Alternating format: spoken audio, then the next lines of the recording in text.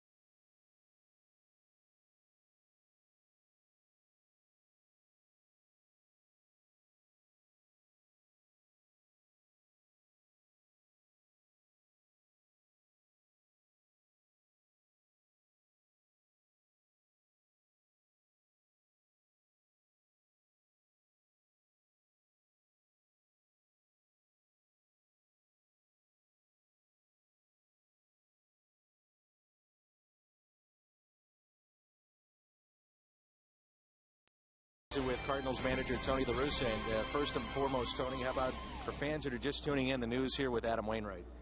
Well, I think we're being careful, and I just made the comment. They asked me how much are you concerned about this moving forward. I said, well, in my opinion, if by some weird way we win 5 in a row and Cincinnati lose 5 in a row, Adam would pitch Sunday. So I think that tells you he's got some soreness. He's pitched 2 games with it, but we think we're being smart just not to push it. How about the young guys? I know fans are curious about your thoughts on some of these players. Who has impressed you with what you've seen so far? Well, I think they've all shown ability, and it's just consistency, which is what has been a problem with at times. You learn how to use your talent in this league. This is a league of adjusting, but I mean, I'm impressed with Dan at third base. I mean, he played in college, hadn't played at all in the pros. He moves well. He's got a nice arm, a good carry. I think Alan Craig is showing more now what he could do if his timing's right. Early in the season, didn't play much, got sent down. Had another outstanding AAA season, so I think he's showing he can get a big hit for you. John Jay, everybody knows, got off to a great start, and he's a little sluggish because he's needing to make adjustments. So I mean, overall, we've got a nice lift from those guys, and they've gained some valuable experience. Besides being the manager of this team, you're a fan of baseball. We were talking about it on the telecast last night, how you size up an MVP. Albert's going to be right there again. How would you size up the MVP race? How do you look at it? Well, to me, I mean, it's been proven in the balloting he's always going to be a factor. I mean, I think he could have won 1 or 2 more. I think one of the real problems with that process, and it cuts both ways, and unfortunately it always seems to cut in the way of one of our players, whether it's here or Oakland or whatever. There's a great chance we're not going to be playing in October. So if it's Albert or Adam, I think that will have some effect, because they'll say, well, you got to be part of a postseason team, but sometimes you get to part of a postseason team and they recognize somebody else for some other reason. So I think the big thing that we should all consider, if you're a legitimate contender, you're seriously being considered, and Albert is, or Adam is, or Jaime is, well, that tells you all you need to know about the quality of their year. Thank you very much. Good luck tonight. All right, Dan, thank you. That's manager Tony La Russa. Game 2, Cards and Pirates coming up.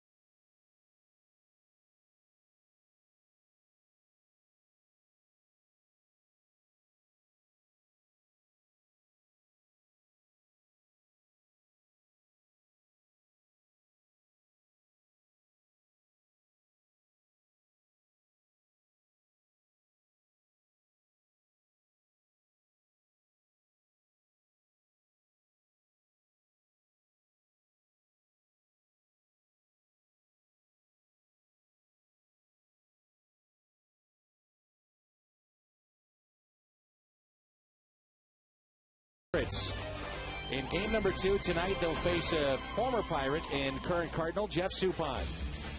Jeff Suppan has pitched very well against the Pirates in his career. 16-3, and that trademark has continued this season. 2-0, ERA under 1. The problem is he can't beat anybody else. So against the Pirates, 2-0 and winless against the rest of the league. He wants to change that here tonight in game number 2. Suppan gets the start. Burris for Pittsburgh. Game 2 at the Bucks coming up.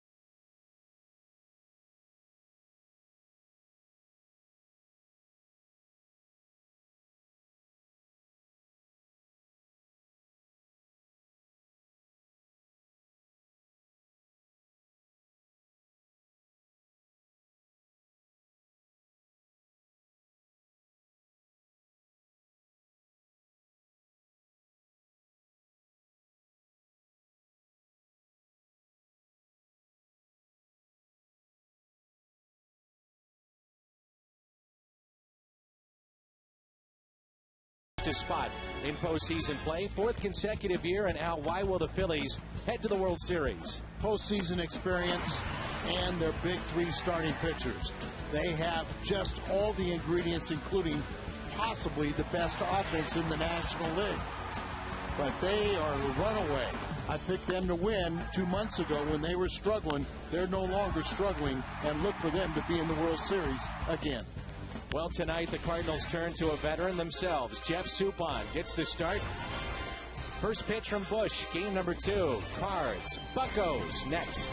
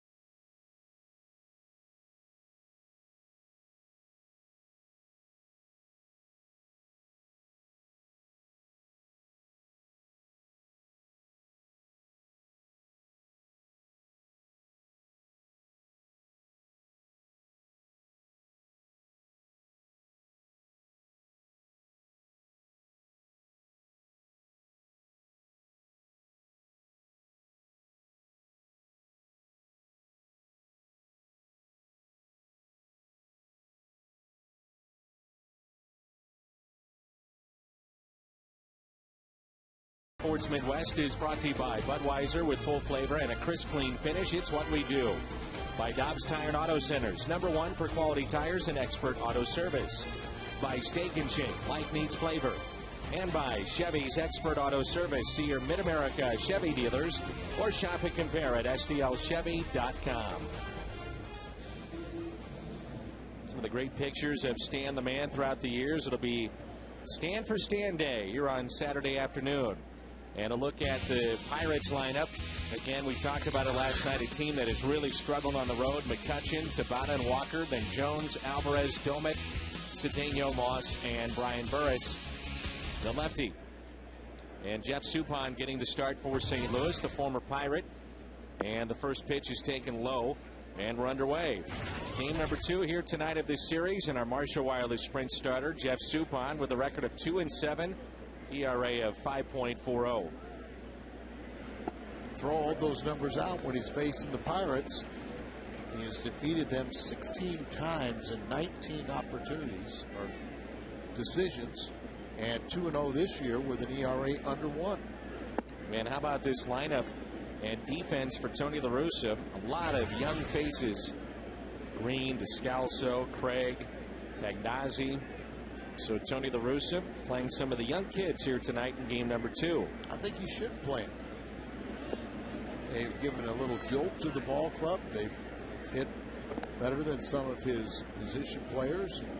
But by all means, you keep Pujols and Holiday and keep Rasmus in there. But other than that, play the youngsters, find out what you have. A 3-1 pitch to McCutchen. And ball 4, leadoff walk. So let's take a look at how the defense lines up for Jeff Suppan. Holiday, Rasmus, and Craig, who's been swinging a hot bat in right. Descalso at third, Brendan Ryan, Tyler Green, and Albert Pujols. And the battery is Suppan and Pagnazzi. Cardinals defense, and around the horn presented by Dobbs. saw last night with McCutcheon, as you get a look at Tabata, late in that game, he was holding his left hamstring, so it looked to be a little bit sore, but he's in there tonight standing at first. Wanted to run, and the pitch gets away from Pagnazzi. He would have had a great jump. Yeah, he would have had a great jump. You almost wonder if Pagnazzi lost his concentration, as it's kind of a hanger up there, and he just boxes it. He is 0 for 5 in stolen base attempts. That was not a steal attempt. He went on the pass ball.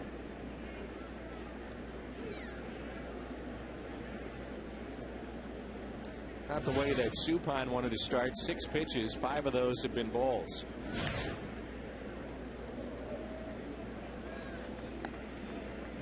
One ball, one strike. Tabata is hitting .304. 4 home runs, 35 driven in. And it's 66 degrees here tonight at Busch Stadium.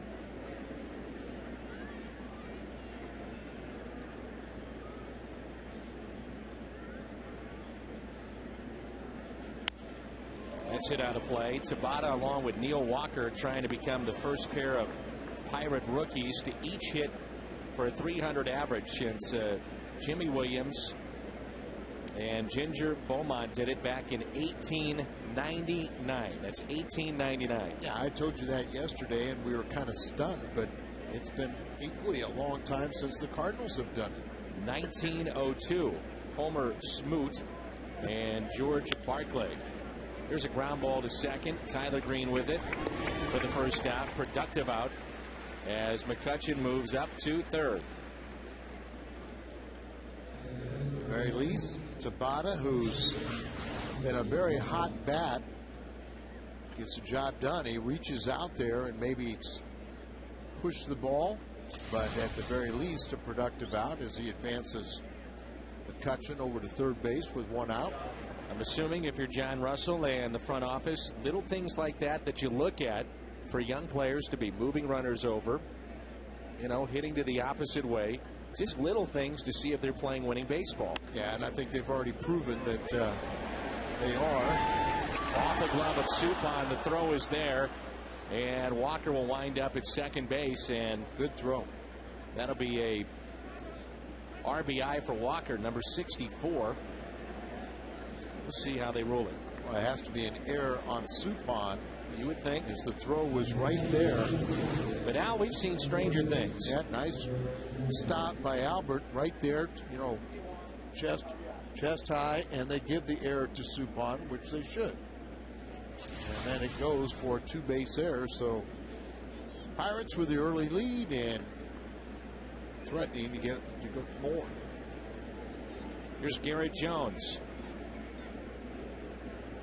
First baseman with 20 home runs, 83 RBIs, and Jones is hitting .248 on the year.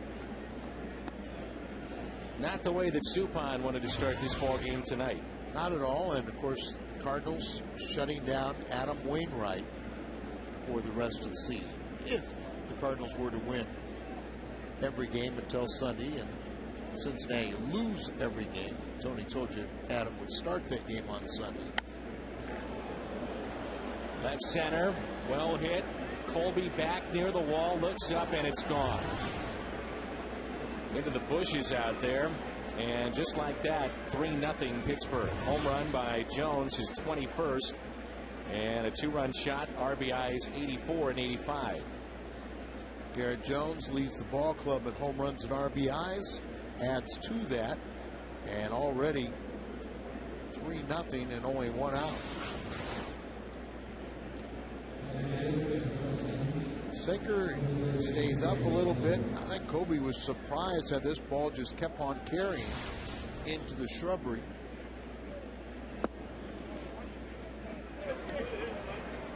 So a 3-run lead early on. Here's Alvarez. Had a 400-foot-plus home run last night over the Cardinals bullpen in right field. Here's a 1-0 pitch. Popped up on the infield. Backing up a few steps now. Brendan Ryan makes the catch for the second out. Suppan, 35 years of age, free agent to be. But with no other options, he's making a start here. Jay Walters tomorrow. And that'll be day baseball here at the ballpark. I don't know about you, but I think Roy Halladay may have won the Cy Young last night. And I think that's why it made it very easy for the decision on Wainwright, and the correct decision. Here's Ryan Doman.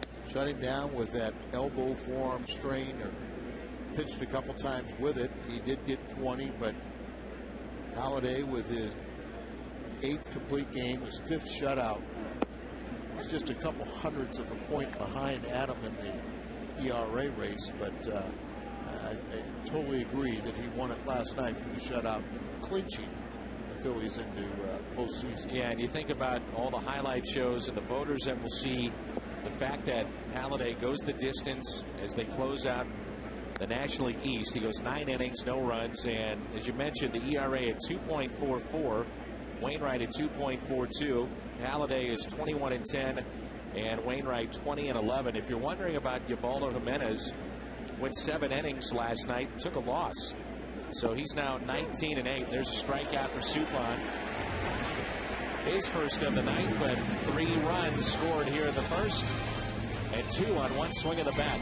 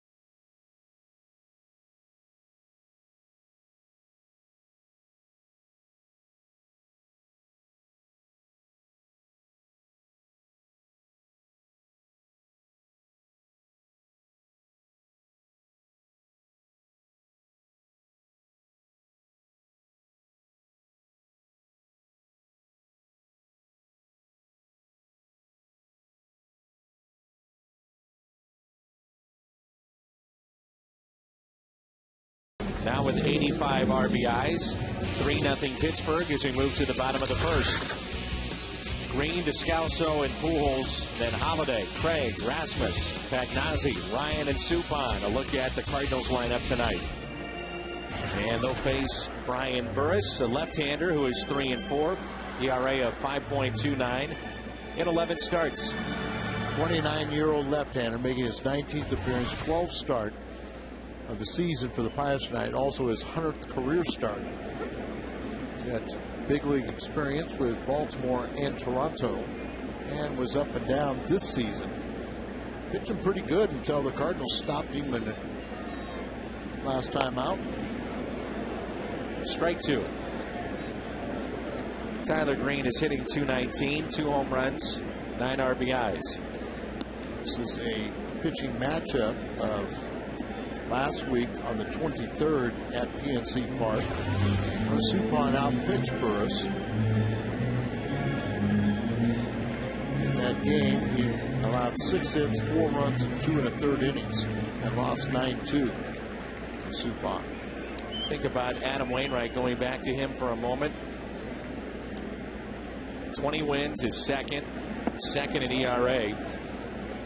Innings pitched, he is second, over 230 this year, and he's set a career high with 213 strikeouts, which is 3rd best in the National League. So another outstanding year for Wainwright, and all those innings are piling up. Well, I think the way you look at it is last season, I think he should have won the Cy Young. He finished 3rd. this year, he'll finish second. So next year, he'll win it. I don't think there's any doubt. He's second to Halladay. And like you said, with that shutout last night. Popped up. Shallow center. Green is retired, so a look and a breakdown of these three: Roy Halladay, Ubaldo Jimenez, and Adam Wainwright. Halladay's going to win. Halladay, just look at 8 complete games. Adam has 5. Halladay has 5 shutouts. Adam has 2. And Jimenez is just in third. I want to thank Tony DeRussa for taking time to visit with us prior to the game and talk about Wainwright, and also talk about his young players that he's got in the lineup tonight. And one of those, Daniel Descalso, who Tony has been giving a chance to play over at third, which is a position that he's not used to. So not only are you trying to make it here in the big leagues and feel comfortable, but then Descalso is playing out of position and playing over at third base. Last night he was 0 for 3. Well, like I said, when we first saw him, and you got to give him credit, we're playing very well defensively at a position he hadn't played since college. But the biggest thing is, I think the Cardinals want to see his bat. And a good road trip, hit 400, and he's 0 for 5 since Sunday. And make it 0 for 6. Ground ball to second. 2 away. Defense behind Burris tonight for the Pirates, presented by Dobbs, Tabata, McCutcheon, and Moss in the outfield. Alvarez, Cedeno, Walker, and Jones along the infield. And the battery is Burris and Doman.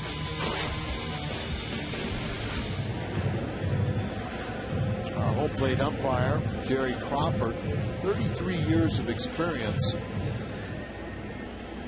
He didn't even wait for Albert to say take the ball out. He walked out there as the ball had touched the dirt, walked out there and inspected it, threw it away, gave the pitcher a new baseball. Nice and clean for Albert. And Pujols picks up a base hit up the middle. 2-out hit, and it brings in Halladay.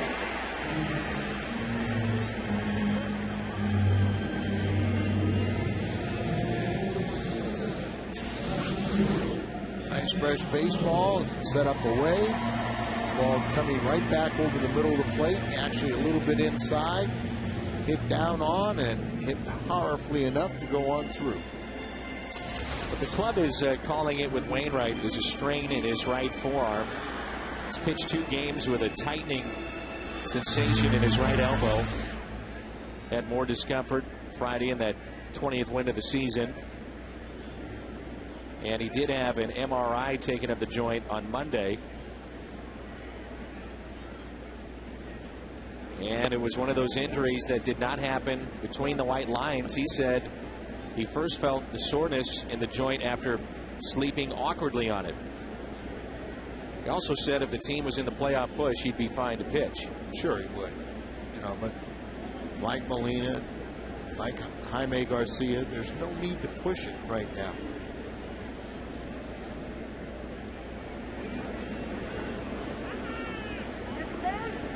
Halladay swinging at the curveball, but Halladay in this situation best in the National League with 50 RBIs with 2 outs. He got off to that slow start, but those numbers are very, very good. And if you would take what he's done since June 18th, if he did that for the first couple months, he would be he'd be right there in the MVP talk himself. Now both he and Pujols came into play tonight hitting .313. And you look at the RBIs, 220 RBIs combined between Pujols and Halladay this year. A lot of fun. If Cardinals come up with a consistent leadoff man, something that Schumacher had been the last couple of years, but slow start this year. Kind of lost that to Lopez. He didn't do much with it. Find who that settle in with that second place hitter, then come up with a big bat in the 5th spot. Those two have combined to hit 70 home runs. Pujols 42, Halladay 28. You mix in Colby Rasmus, who should be even better next year with 23. Yeah, I think the trio of Pujols, Holiday, and Rasmus have the most home runs as a trio in the National League. And a walk to Holiday. Tying run will come to the plate.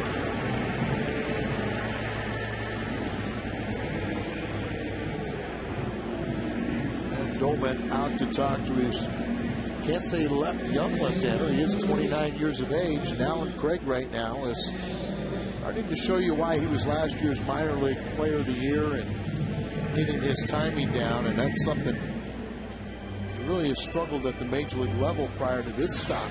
He has had 5 stints with the major league club. He was 2 for 4 yesterday and has batted .500 since he was recalled, 8 for 16. And that's what Tony totally recognizes, that he's one of those guys that hasn't been able to hit off the bench, but because he finished strong and had a very good playoff run, now he gets called up. His timing is back.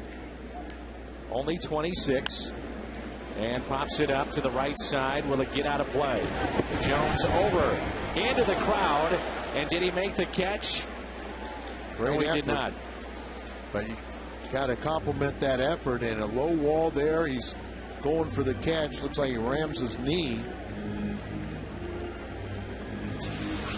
And the fans here in St. Louis applauding Pittsburgh's Garrett Jones. And, Dan, that's one thing that the fans should be applauded for, is they are recognized as knowledgeable, best fans, whatever you want to say, but this is something that they appreciate. They love to see it when it's a Cardinal player give that all-out effort, but they will also, appreciate the opposition doing the same thing.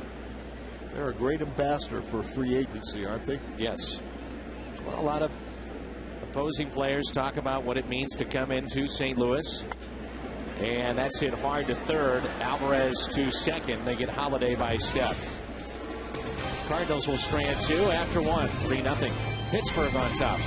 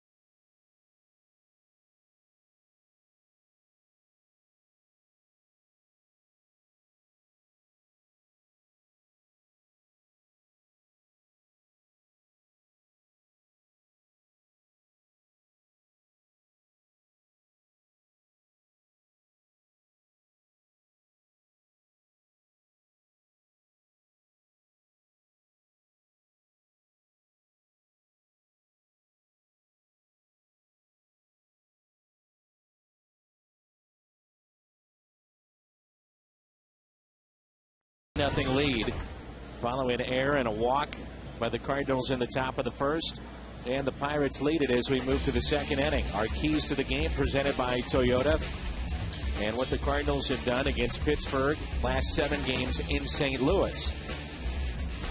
Under 2 runs a game they've given up. They've scored over 5. ERA very good for the Cardinals. .327 batting mark, and 7 wins the last 7 games. A strike to Ronnie Cedeno. Cardinals have a rare win against a Central Division team this season. The season series, it's only the second. Dominated against Cincinnati 12-6, and 8-5 against Pittsburgh. The Pirates now, with that home run in the first, have homered in 9 of their last 13 games. A lot of extra base hits. Opponent since August 18th. Much of that was done, though, at home, where they've been a much better team this year. Cedeno lifts it out to deep center. Rasmus sees it go over the wall for a ground rule double. Remember, the Cardinals do not have Blake Hawksworth and Adam Ottavino around 2:30, 3 o'clock today through a simulated game, a little bullpen action, and you may see him over the weekend. I'm seeing the same thing as Kobe kind of playing shallow and bit into right center and hits the ball out in left center. Cedeno made the crucial error, allowing the Cardinals to win the ball game last night, trying to redeem himself with the ground rule double. Here's Moss, who they picked up from Boston last year. Left-handed batter. Looks at a breaking ball low. He's hitting .063. No home runs, 1 RBI. 0 for 2 last week against the Cardinals and only appeared in 12 games this year. Right now, the Cardinals have scheduled P.J. Walters tomorrow. Caught by Pujols, thrown to second, double play. Backhanded by Albert, and Brendan Ryan nifty at the bag at second base. Oh, he talked about Albert's ability and confidence in his throwing. Line drive smash there, and just a perfect throw, leading his receiver, Brendan Ryan, at the bag. Sam Bradford would be proud of this. Isn't that nice to be talking about a young, extremely talented quarterback, and he's playing for the Rams. Nice to talk about a win at home. Oh, been over a year. We enjoyed watching that, and hopefully many more to come. Here's Brian Burris, who's hitting .143. And we can tell all the Rams players that the Cardinal fans, Rams fans, they'll love to come out there and support that team and give that effort. We saw on Sunday, they'll be out there.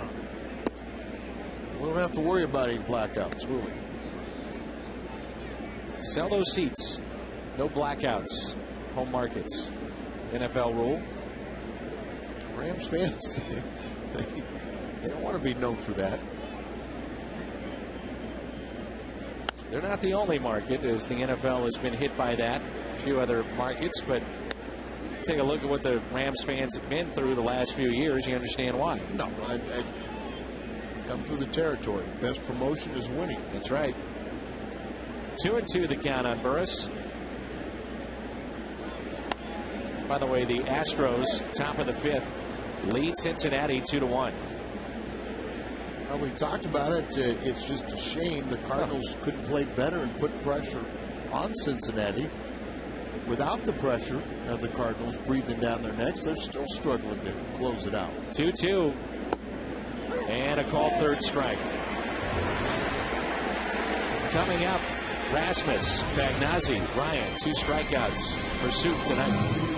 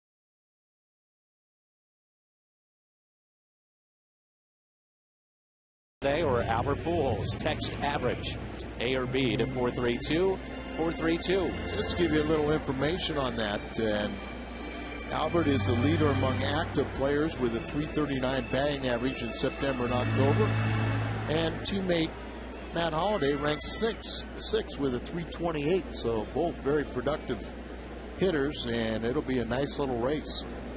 Push each other.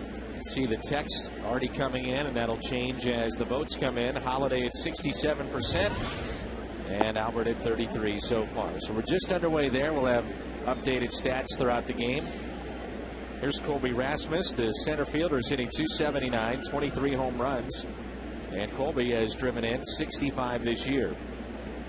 Albert has led the Cardinals in hitting every year he has played in the big leagues.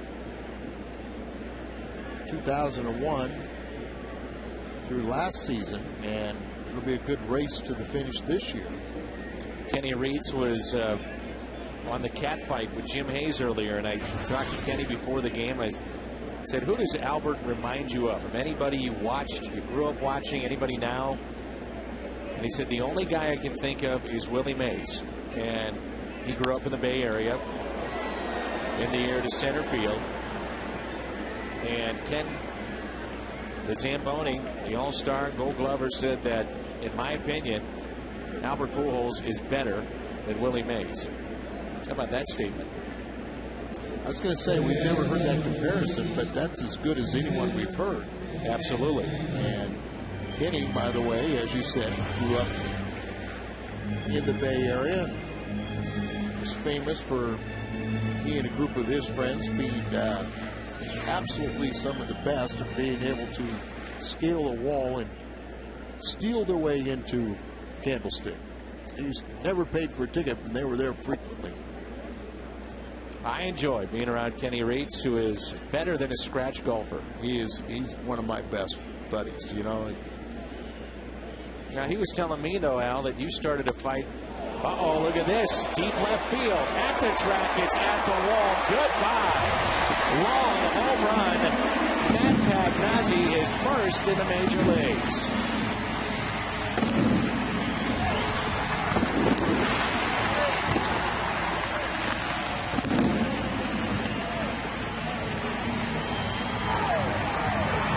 Now they're trying to get the ball back.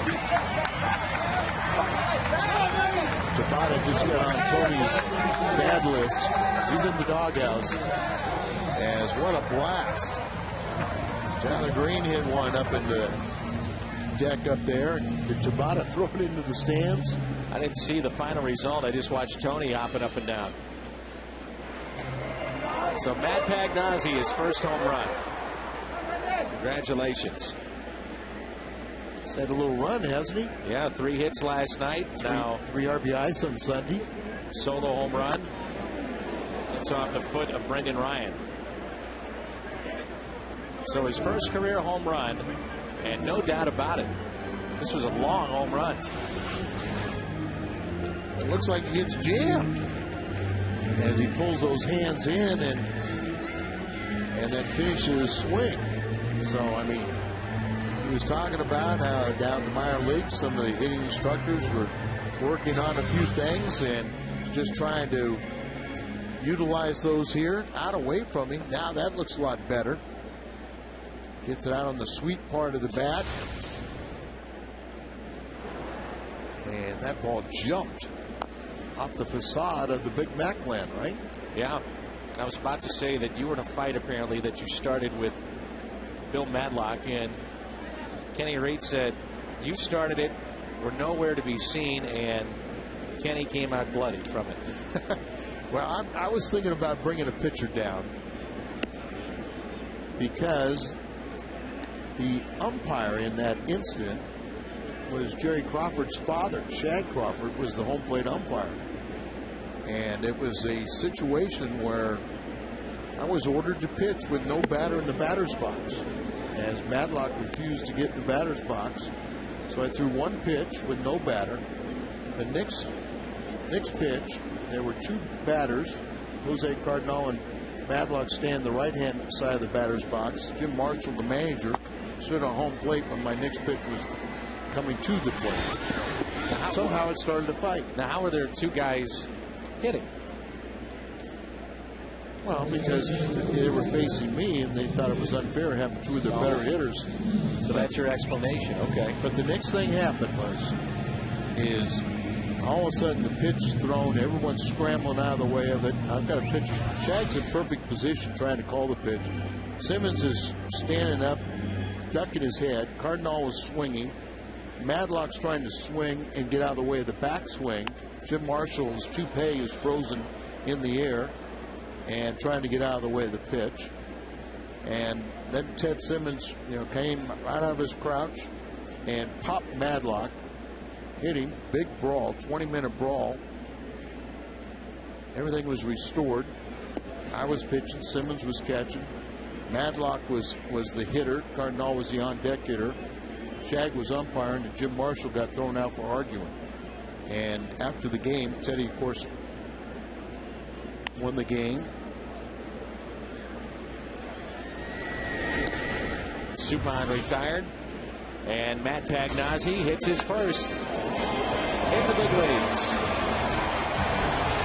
Gets the Cardinals on the board. It's 3-1 after 2. Jim Hayes is coming up next.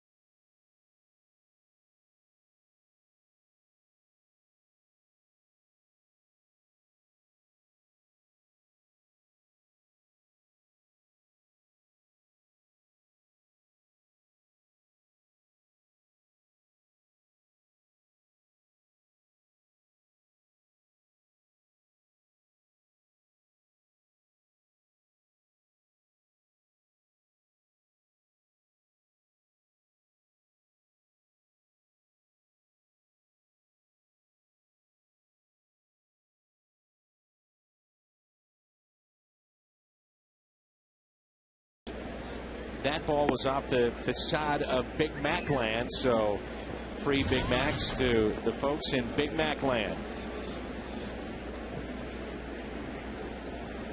First home run, memorable, no doubt. Congratulations to Matt Pagnozzi.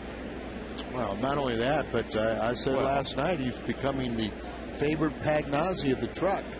And they just informed me that the number 2 Pagnozzi, Tom, never hit a ball as far as his nephew, Matt.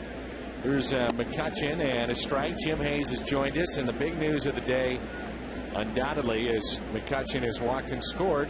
Adam Wainwright, and right now he is shut down. Barring a miracle, his season is through. Yeah, Tony said he could start that final game if everything is right with the world and the Cardinals have a shot at getting in the postseason. But there is, I think, something to clarify.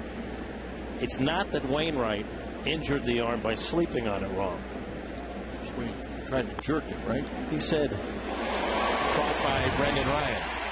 He said he woke up in the middle of the night after sleeping with the arm tucked under his head, and the arm was basically numb, asleep. He says it happens to a lot of people. He said most people shake it out. He said he was lazy, and he just flung it behind him. And when he flung it, that's when he felt something tweak. So it's not the sleeping, it's the flinging. Okay. And there's a definite difference. Yes, and that what he's talking about the first time it ever happened to me. I mean, You shook it out. No, The moral of the story is shake it out. I mean, really, what I had to do is let it fall into my hand and try to get some feeling back in. But I thought my career was over. You know, it just absolutely, totally numb, and feels like it's just dead weight. And just, you know, it's happened a couple times, and but that first time it was scary, and it was just like you said, you slept on it underneath to cut off the circulation, and the arm totally goes numb. Well, Adam said he had it checked out. He was vetted and cleared to pitch. And for those 2 games that he won, it really wasn't an issue. And you guys referenced his last start where he won 20. He had very good breaking stuff. But he says as he continued to pitch, he felt like the strain got a little worse. So unless the Cardinals get some kind of miracle going, he is fine with shutting it down and erring on the side of caution. By the way, I see you found a box so you can stand on. Well, that Jason Mott is a tall guy. He goes about 6'7". You did not hear this, but He does not watch the pregame show. Misses a lot. But John Mozeliak, when he was getting ready to interview Jason Mott, he said, why don't you find a box so you can be equal to him? Stand on. Where was he when I was interviewing Wainwright on the pregame show? I needed 2 or 3 boxes to stand on. He was talking to our executive producer, and you know, just kind of. Al, you're not exactly the tallest guy. Oh, yeah, but I think I am. Oh, okay. That's part of it. I'm 6'8". Okay. 7 foot. Just missed. 3-2. It's part of being when you're on the mound. You have to think you're that tall. You got to think you're the baddest dude out there. And nobody gets on my mound. 3-2 pitch. In the air to right field. Alan Craig. Final half-price night of the 2010 season is Thursday against Colorado, and fans can purchase outfield loge box, terrace, and pavilion reserve seats for half price. That means tickets as low as $10. Cardinals and Rockies. Get your tickets at Cardinals.com. I just felt I had to stick up for Jim once. Thank you. Well, by the way, you also missed the cat fight, which was the worst of the season. I felt Did like Kenny go after you, Al? Kenny Reese? Oh, he tried, but that was all they right. took a shot of Al sitting here going over his notes, and he was like, ah. But it is great to have Kenny Reese around. He was a great addition to the cat fight, and I defended you. He was great. When he was telling me the Bill Madlock story, I said, I don't want to hear that kind of stuff. I don't believe it. I defended you. You wait and see. You start a fight and nowhere to be found. I don't believe it. You wait and see the picture. You'll see where I'm at in the fight. But you photoshopped it out. No. He photoshopped himself in the thick of the fight. Al just got on email a year ago. Trust me, he didn't Photoshop. Thank you. Right, a member of his staff. Here's the 0-2 pitch to Neil Walker. I did find it very humorous. Kenny was talking about some of the things going wrong with this team and talking about lack of foot speed. He was not the fastest of third basemen or fastest of players. I will bet on Yadier Molina. That will give you an understanding of Kenny Reetz's foot speed. How many stolen bases did Yadi have this year? He had Was he at right 10? around 9 or so. 8 or Not 9, bad. we can look up. Not bad. And I think he had the same last year. 2-2 the count. I didn't mean to give you a homework assignment, Al. You really got some contestants that are tied into Cardinal history. Well, the questions were very difficult. And a grounder hit to short. Glad Reetzy got his nickname right. Midway through 3. Pittsburgh leads at 3-1.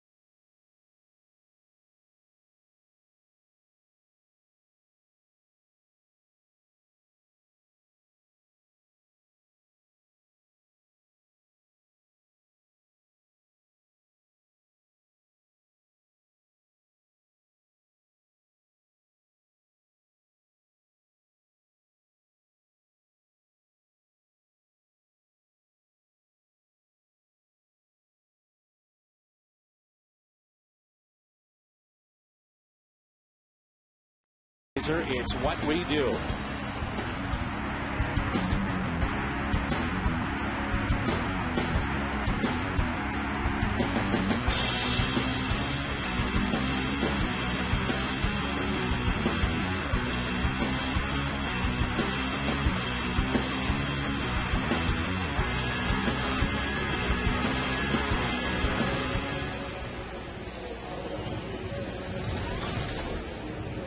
We get a report from Pat Paris via text message that Rick Hummel has just told Pat that he has spoken to Tom Pagnozzi, and Tom has confirmed what the truck has said, that he never hit one as far as Matt just did.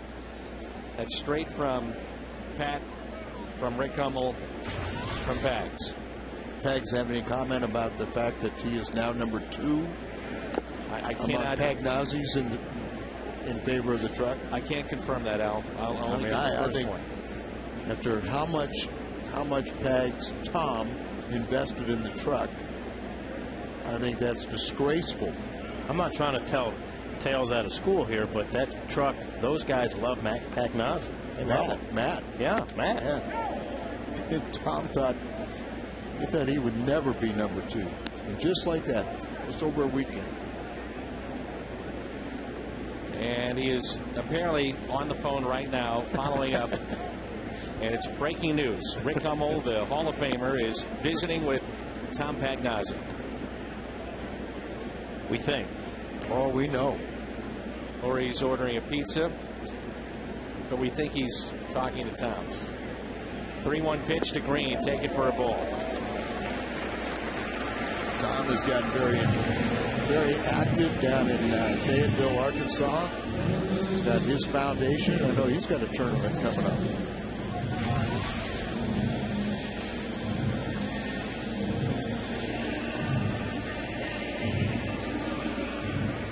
Here's Daniel Descalso.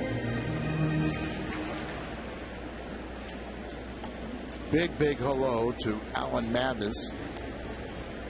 He's the Iron County, Missouri Sheriff. He was going to be coming to the game tonight, but found himself at Barnes Hospital. And big Cardinal fan. All his family and friends are watching this game. And Sheriff, we miss you. We wish you were out here, and we want a speedy recovery and get back out here. So Jason Mott was on the pregame show with Jim Hayes, and we've heard about the setup down there, but what about the content? How was the interview? Well, the setup was a shot at the general manager making fun of my height, if that's what you mean. The interview, I guess, for me was fine. Out at second, and no play at first. Descalso runs pretty well. The interesting thing, I thought, was that we know that Mott is a guy whose engine is always revving, but apparently he has a lot of difficulty sleeping. And he says he usually gets 4 or 5 hours sleep a night, and like tomorrow, a day game, he might get 3 just because he can't fall asleep. He stays in his room, he plays video games, and he passes the time, but he has trouble unwinding and nodding off. I was not aware of that, but that's why you got to watch the pregame show. Well, that's why I did. I mean, I saw it, and I know exactly what you're talking about. You were waving off a couple of the segments. I saw that. Unlike Dan, but it's watching his mannerisms, and it doesn't surprise you, does it? No, it really doesn't. Here's Pujols with 1 out and a runner at first. And a breaking ball strike. Pujols didn't like it. He thought that was low. First time up, Albert with a single up the middle. Average now at 314. And he's about ready to tie this game up. Was it low? Let's take a look. Remember, it's where it crosses the plate, and Fox Track says strike. Setting him up, Dan. Here's the 0-1 pitch. 1 ball, 1 strike. Jerry Crawford gets in pretty good position to call a low strike, doesn't he? Just ask Mike Matheny. Remember, in Houston, that was one of the oddest games we've seen. It really was. Mike Matheny was great, and I talked to Pagnozzi, but in this game, sometimes an umpire will kind of rest their hand on the back of a catcher, but literally every time there was a breaking ball, so he touched, and the catcher said that's no problem. But in that game, every time a breaking ball came, he actually pushed Mike Matheny forward. Did we ever get an explanation as to why that happened? I mean, he was reprimanded by Major League Baseball, but did anybody ever find out and get to the bottom of it why it was? Because we picked up on it in the telecast, well, and it was odd. It looks like you're, my analytical instincts would say you're afraid. Now that they say, the catchers say, is fine, but when you push somebody,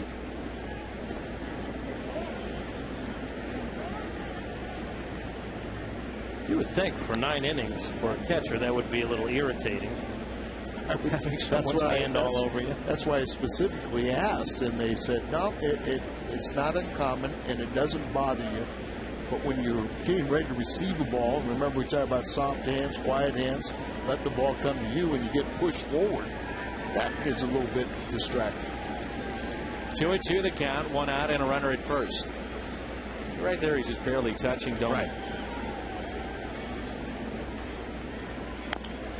And a grounder that's pulled foul. Season against Pittsburgh. Typical Albert Pujols, 14 games, 404 average, 5 home runs, 12 RBIs. Hit numbers 40 and 41 in the day game against the Pirates last week. And it's just not this season, it's every year against them. Got a 380 lifetime hitter against the Pirates. Here's a 2-2 pitch. And time called and granted. Late. Very late. First, not a very good ratio going. 42 pitches, 20 balls.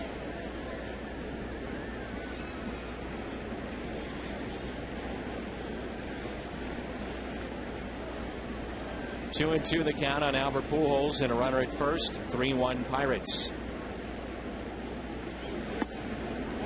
Holiday on deck.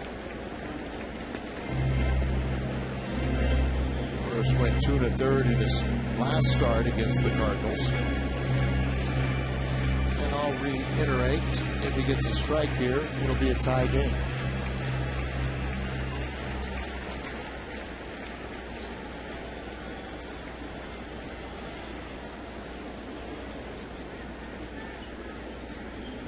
Pujols is sitting on 42 home runs.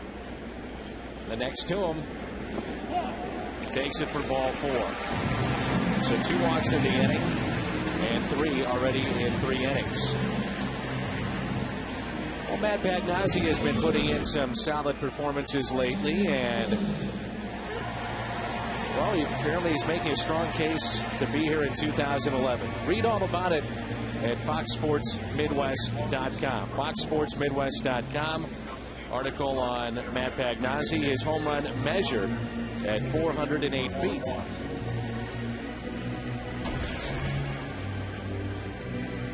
Here's Holiday. 1 out, runners at first and second.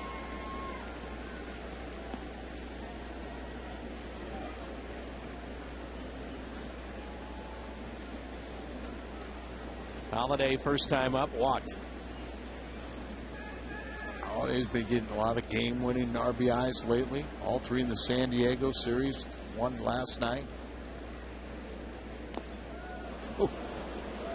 He does not get cheated. I can't remember one time where I said, boy, Matt Holiday got cheated on a swing. Saw that curveball and it was out of over the plate, and he jumped at it. See what he's done against the Pirates the last 19 games. Runners at first and second. Holiday represents the go-ahead run.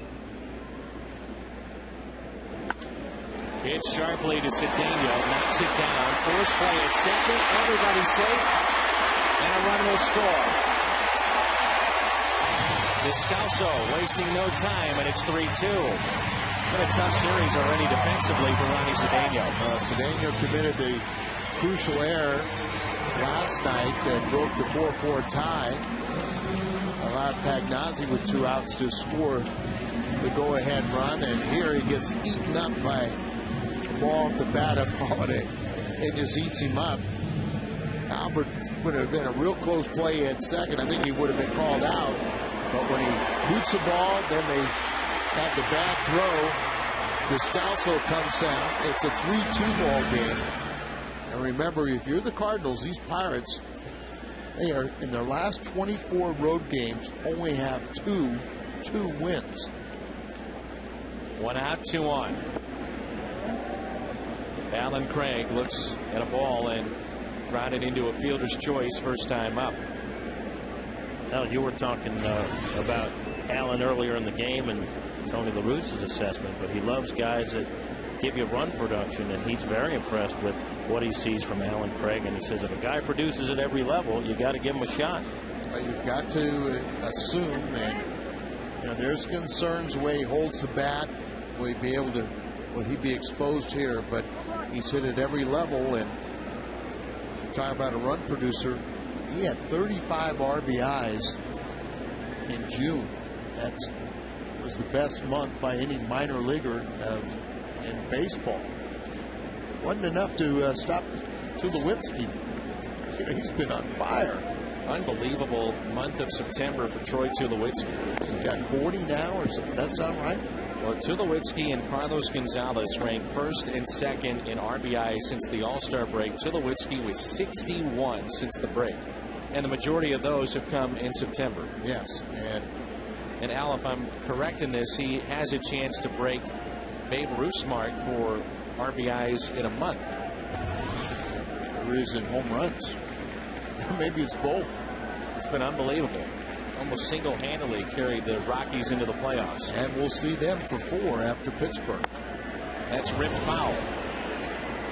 Now, with all the scouting material available, with all the technology, do you think at times there's an overemphasis on the mechanics of a swing instead of just looking at a guy's production? Yes. What do you see, though, with this swing here? I mean, well, when you look at how he holds the bat and his hands are high and he kind of tilts the barrel of the bat back towards the pitcher just ever so slightly, you've got a long swing to get it back to the hitting zone. Ooh. Well, that's a hanging pitch right there that if they go a long way. 3-2 now. I was talking with Dave Duncan a few years ago, and we were talking about the curveball and showing a strike there, but that pitch right there gets crushed if you swing at it. And he said, I used to teach the curveball. And I said, well, why'd you get away from it? He goes, because you can't get a curveball, a called strike on a high curveball. And people don't know. They go a long way. 3-2, runners go. Knocked down by Alvarez. Stays with it and makes the play. Send to the runners. We still playing this inning. Well, final few days of this regular season, you can still get ball games on your computer, MLB.tv, where baseball is everywhere. I mentioned earlier, Jim, that Adam Ottavino, who has not had surgery. I know a lot of folks thought he had surgery midway through this year. Did not do that. Decided to rehab himself back and has done so to the point where he pitched in a simulated game today. Yeah, 30 pitches, and he hopes to get an opportunity to pitch. Tony La Russa says they'll give him a couple of days to see how he responds to today's effort. But Ottavino's a guy who said 2 months of rehab as opposed to surgery and then 10 months of rehab. I went for just the regular rehab, and he's going to treat the offseason like a regular offseason and give his shoulder time to rest. If the Cardinals are eliminated and he responds well from the simulated game, why not give him the start Sunday? Well, I don't think, Al, to follow up on your point, that they feel that he's conditioned to even make a start, but I think they'd rather say, hey, come out of the bullpen, work with Marty Mason. That's what the Cardinals are talking about today. And if you need him, come out of the bullpen. And I know what you're saying. Yeah, I mean, it probably would be the fairest. Yeah. Is to come out of the bullpen and just have him start an inning. But exactly.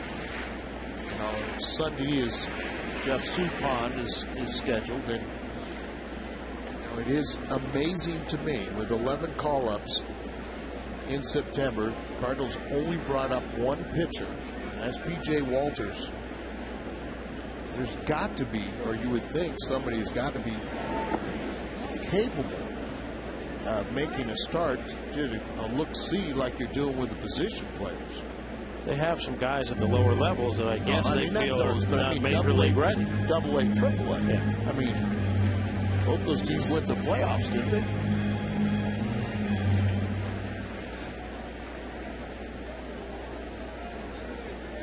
One ball, one strike. We saw Colby showing bunt the last pitch with 2 outs. And this time he pops it up to the left side. Playable and caught by Doman. Jim, we'll see you on the postgame show. Talk a little Blues hockey when we come back with Mike McCarthy.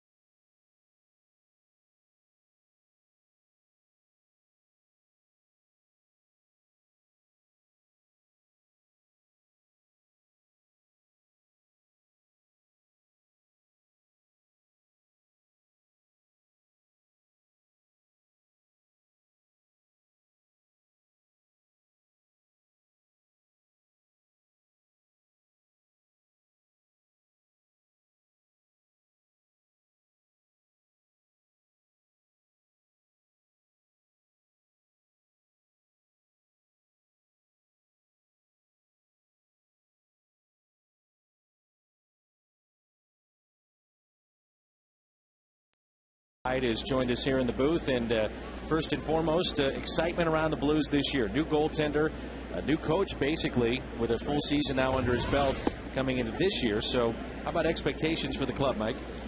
Well, you know, I guess sports fans have heard all the cliches, but I got to tell you, there is a quiet confidence in that locker room, and particularly around the goaltending play. Hockey fans know how great Halak was in the playoffs last year, and now he's ours in St. Louis, and it's exciting. How about your role with the Blues? Peter obviously has moved on to the Seahawks, and what happens now with the front office a little bit, president situation, what may happen with you? Well, I've been asked to jump in as interim CEO, which I'm happy to do, and it's kind of smooth on that end because I've been so involved up till now anyway as the vice chairman of the team, and it's a great management group over there. Mark Tuffalo, Dave Bullock, Phil Siddle, Marty Brooks. And the hockey ops side has been in great hands all along with JD and now new GM Doug Armstrong. So it's a great team, and that's the off-ice team, of course. On ice, we're very, very excited about this young and yet experienced now group of athletes who I think are poised to really get to the next level. It's going to be a great year. Well, I'm going to put you on the spot because you guys have put yourself on the spot. You got to make the playoffs, and talk a little bit about the 50% promotion that you have right now for fans as we see the strikeout of Garrett Jones. Yeah, there are certain seats that are available, sections, and they're good seats, where the only ask of the potential new season ticket holders put 50% down now, and you're only going to be asked for the other 50 when we make the playoffs. Notice I said when. I said when. Not we if, make. when. No, when. That's right. But the pressure is on you guys. I mean, you know? Nothing to it. Nothing to it. Nothing to it. So, by gosh, make the playoffs, boys. That's right. Well, that takes guts. What came, how did this all come about? How did it come to fruition to have that type of idea? And have other teams in pro sports ever done something like that? Not to my knowledge, no. We have a great ticket manager, VP of tickets, Dave Bullock. He came up with the idea, and there are no bad ideas over at the Scottrade. It's a great group, full of creative energy, and it's exciting. We're going to have a lot of excitement this weekend too, Dan. We've got a fan fest Saturday, and I'd like to ask you to participate in this contest. It's a national anthem Not singing. happening, but I do appreciate it. Well, please reconsider. The winner actually sings at the game.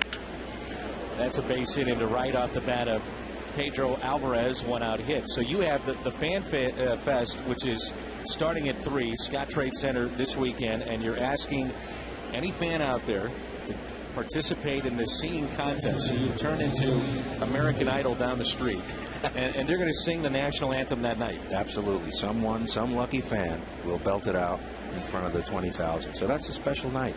Tell us about Fan Fest. What happens there this Saturday? Well, there's a lot of interactive entertainment with the hockey players themselves, the coaches, the announcers, the management group. And if you're a hockey fan, you'll just have an absolute blast. If you're in a position to buy a season ticket this week, I should say, for this coming year, you're going to have a meet greet with the new goalie, Halak. There's a ground ball to second out there, and a double play. We'll also talk about the Blues home opener, which is Saturday, October 9th against the Flyers.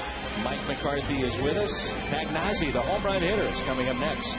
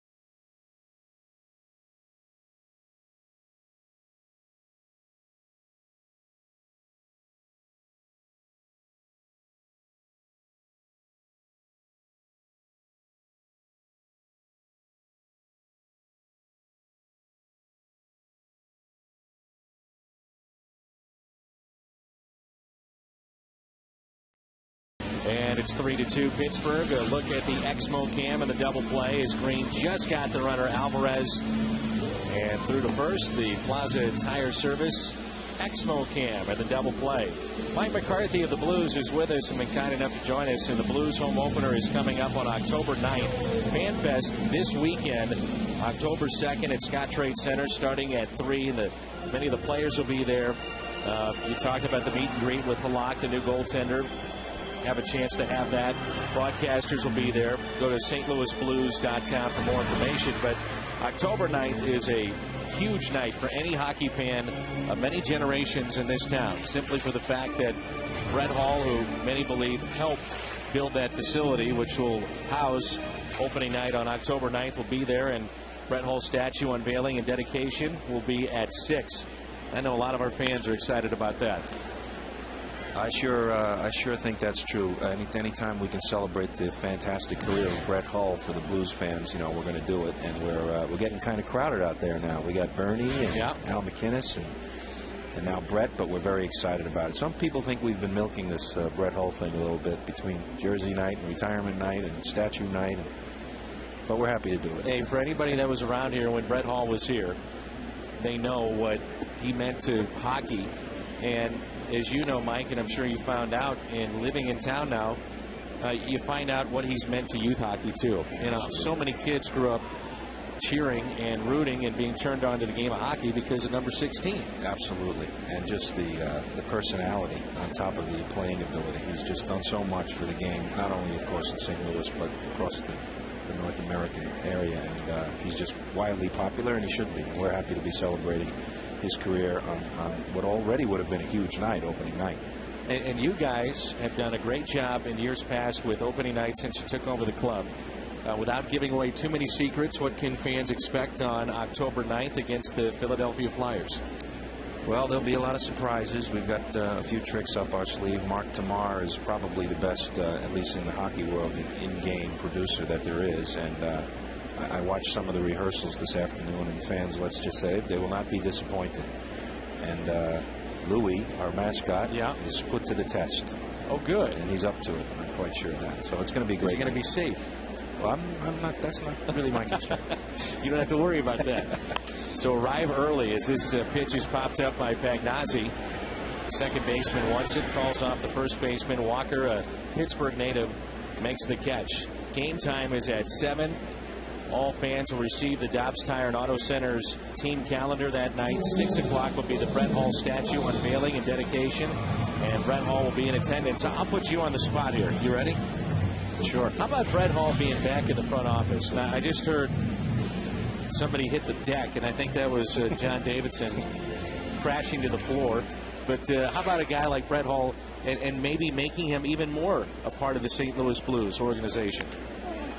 Well, I think that's an interesting possibility. You know, we do have a fantastic management team in place with the Blues now, led by the ex-Blues, John Davidson. But I think any time you would talk about bringing in somebody like Brett Hall, you'd be well served to discuss it. Fans would obviously appreciate and really embrace that. So anything's possible, Dan. Way to dance around it. Nice work. Now, how about a number for tickets? That's always important. Let's get that out there right now, and then some of the promotions that you have coming up. I'm assuming 622 Blue. Yes.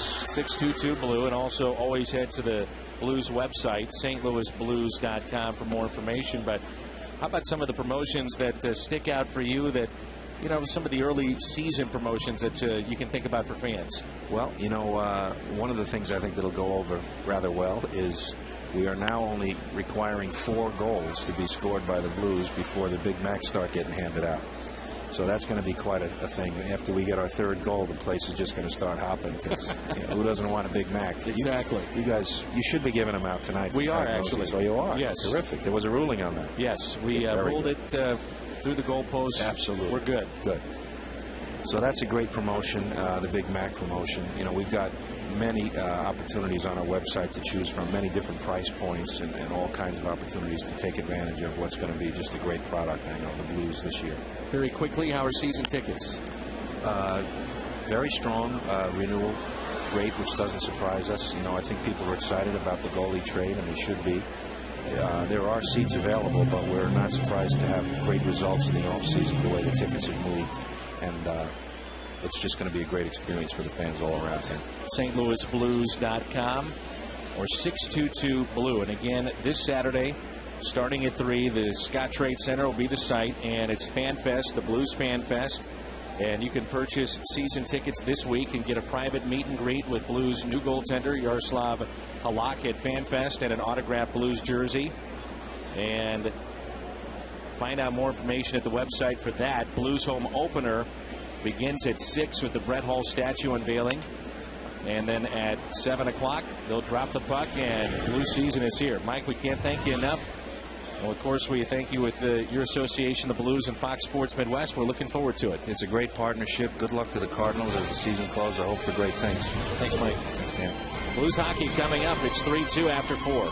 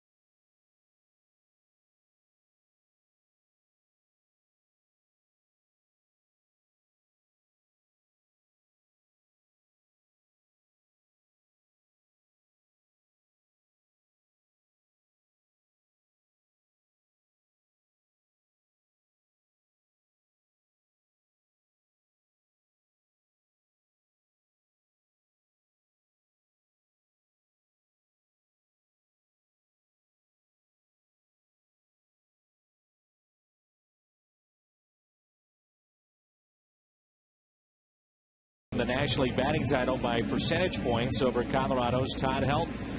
September 28th of 2003. Our Schnooks at this date in history. Remember, we were in the clubhouse and watching Helton to see what he would do that day. And once the Cardinals knew that Pujols had won, all the cell phones came popping out. His teammates were taking pictures of Albert in the clubhouse and his reaction to winning the batting title. And I want to say that Bruce Bochy intentionally walked Helton, and that wound up being his final at bat, so he would lose the batting title to Pujols by percentage points, and it was his final at bat of the year. And Bochy did not, was not aware of the circumstances. Grounded to short. Ryan makes the play. Bring the family down this Sunday, our final Ice Cream Sunday, courtesy of North Star. Still good seats available. Fan Appreciation Day, too. Remember, you get a voucher for a free ticket next year. Come on down this Sunday. Cardinals.com or 345-9000.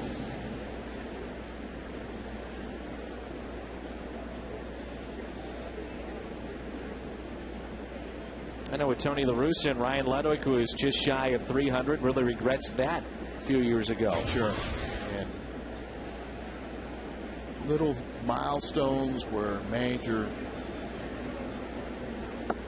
When they're aware of it, they'll do little things to guarantee that a guy will not slip below 300 like Ludwig. Here's Moss with nobody on and one out. Hit sharply to Green. Plenty of time at second base. Just knock it down and makes the play. 2 outs, and Suppan all of a sudden has settled in. Krispy Kreme doesn't deal if the Cardinals get 12 hits today. And right now only at 2. You're invited into Krispy Kreme tomorrow. Receive a dozen of their original glazed donuts for only $2.99. Stop by one of the 4 St. Louis area Krispy Kremes for this sensational deal. I think you missed the reaction of Green there, that pretty much said to Albert that that was a hot shot. That was hit hard. Here's Burris, called out on strikes. First time up. Suppan has struck out 3. Allowed 3 base hits and 3 runs, and those were scored in the first.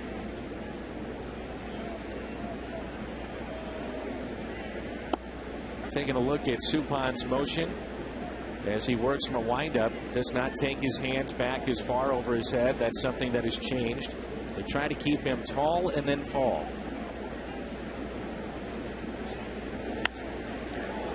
The fly ball, left center. Rasmus makes the catch on the run. Cardinals have the top of the lineup coming up. Green, Descalso, and then Albert Pujols. Pittsburgh, as we move to the bottom of the 5th, they lead at 3-2.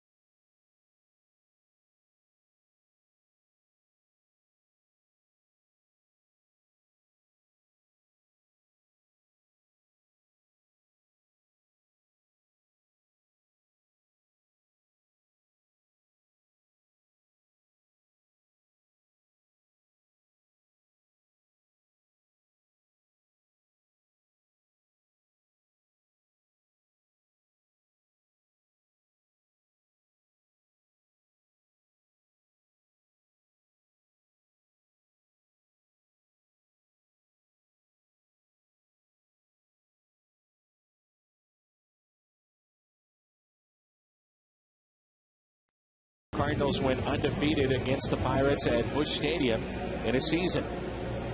AT&T trivia question. 1985, the Cardinals went 9-0. 1985 team that eventually lost in the World Series. Surprising, though, isn't it? With this run of 18 consecutive years of losing. I think one of those years would be the one that stands out.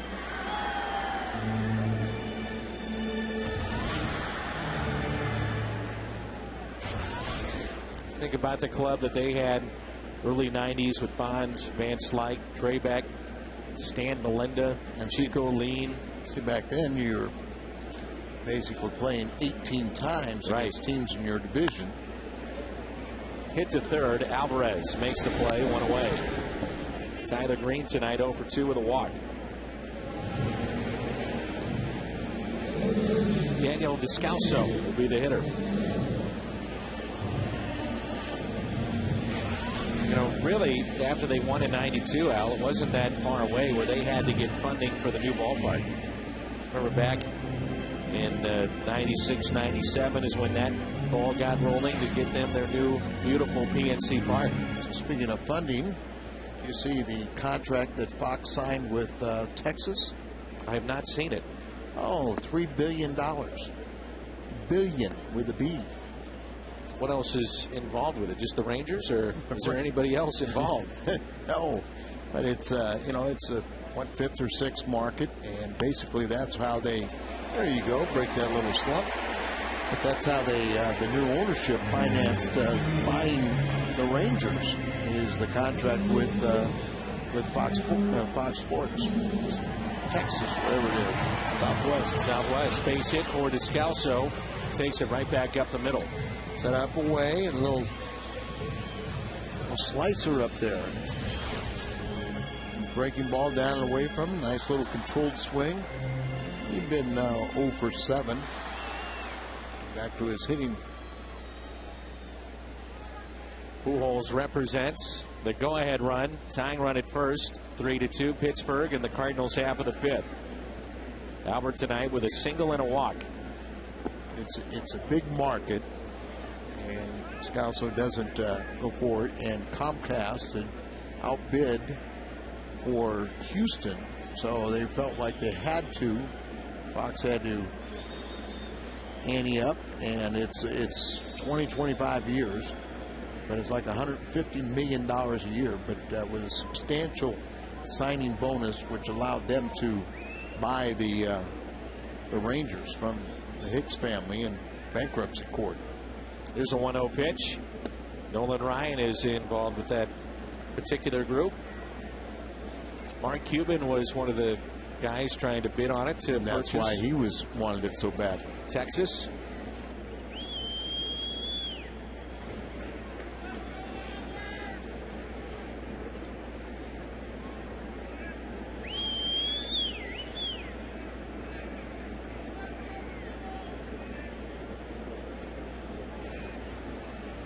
And Pujols taps it foul. 1 ball and 2 strikes. Holiday on deck.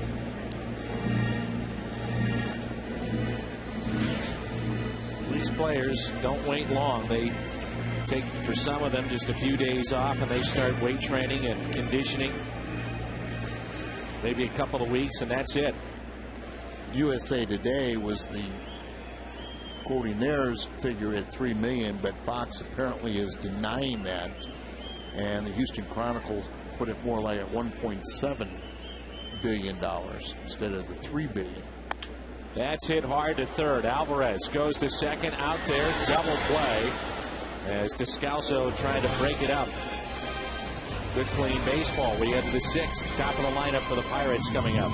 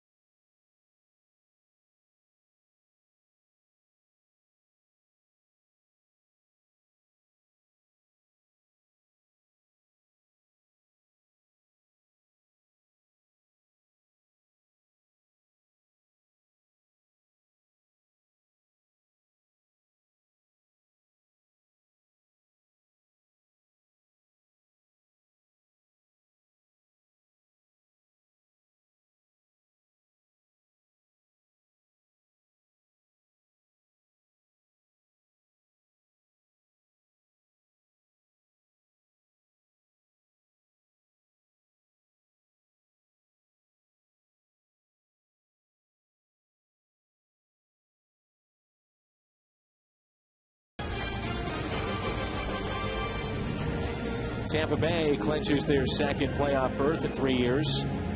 Beat Baltimore 5-0. Another strong performance by the 19-game winner, David Price. 6 hits over 8 innings. And our What's on Tap is Day Baseball coming up, presented by Budweiser. McDonald and Walters tomorrow. Here's the top of the lineup, McCutchen.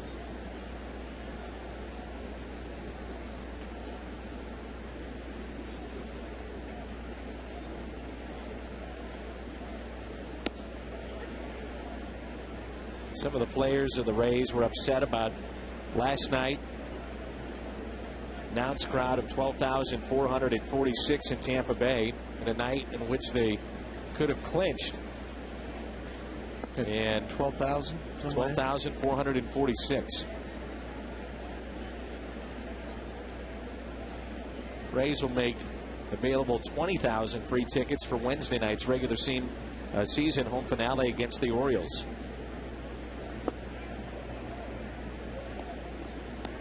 And here in St. Louis, 3.3 million have come through the turnstiles.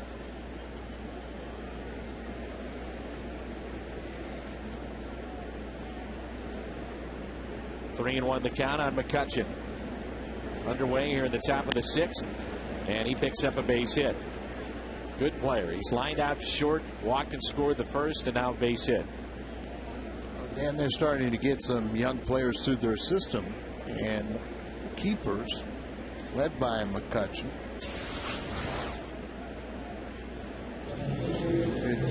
Defensive, got a high on-base percentage. He's got some pop in his bat with 16 home runs. Runs well. He has 33 stolen bases. Plays good D, and they like Tabata. He's at the plate right now. Wild card leaders in the National League. Atlanta Braves are going with Tim Hudson on 3 days rest tonight. Gives them 6 strong innings, and Atlanta leads 3-2 in the top of the 9th over Florida. And they got Derek Lowe doing the same tomorrow as Jurgens has a knee problem.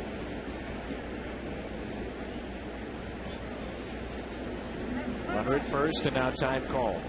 I was telling you in the Central Division that, or excuse me, in the wild card race, Atlanta, all their remaining games were at home, and the same with San Francisco, as San Diego will play the final 3 games in the Bay Area, as San Diego and Atlanta flip-flopping in that wild card race. Playing the games at home is a big advantage final weekend.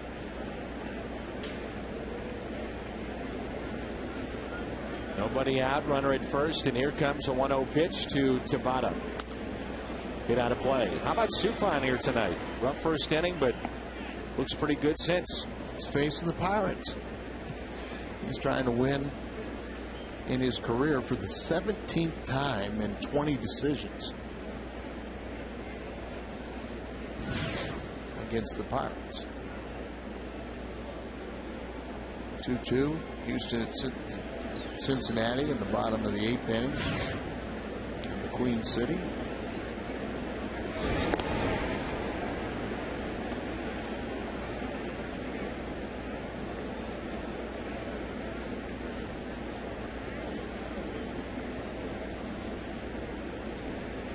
Actually 33 steals. He's been caught 10 times.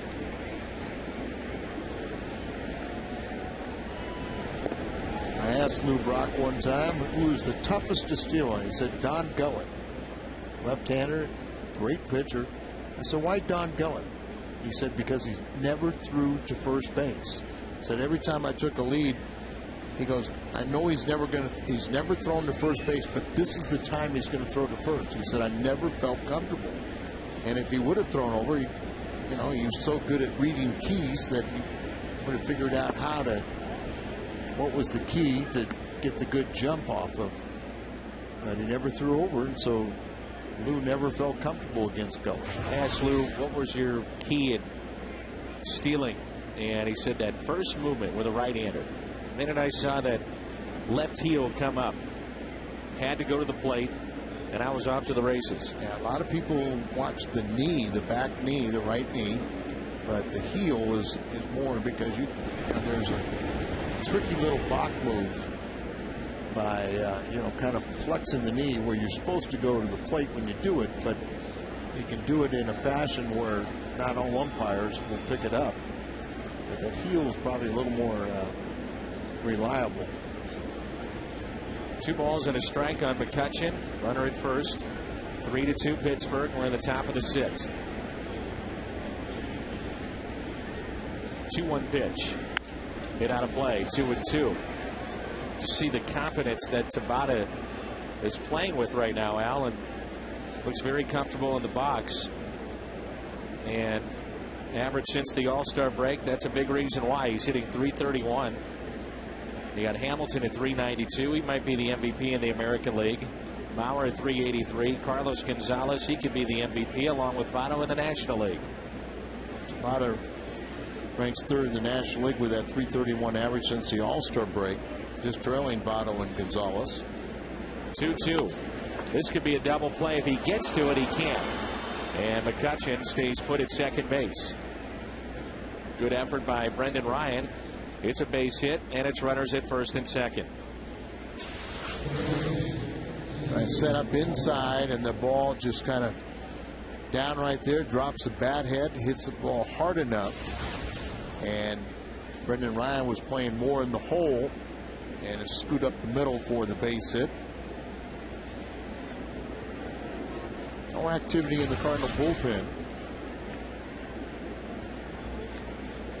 Pirate win or Cincinnati win, and the Cardinals are eliminated, and Cincinnati is going to postseason. Here's Walker as an RBI and also reached on an error and grounded out to short. Runners at first and second, nobody out, no activity in either bullpen. Blocked by Pagnazzi.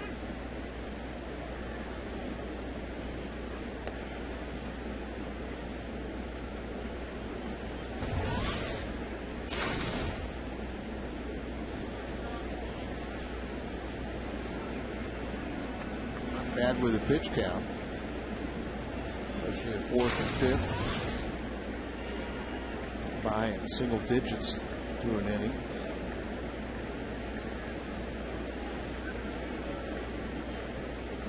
One-zero pitch. A little bit low. 2 balls and no strikes. Get the feeling this could be a make or break inning for Jeff Suppan. Balls behind, 2 balls and no strikes. And the team is trailing 3-2 with 2 runners on. It's one of those situations where their Cardinals are very concerned, not Hawksworth, that they're a little bit exposed in that bullpen. They'll make a call now, and then you got P.J. Walters tomorrow. You don't expect him to go deep into the game. But somebody's getting the call, like Trevor Miller getting up.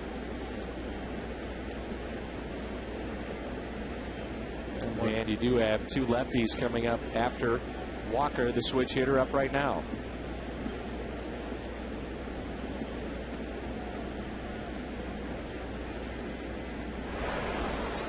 Trevor.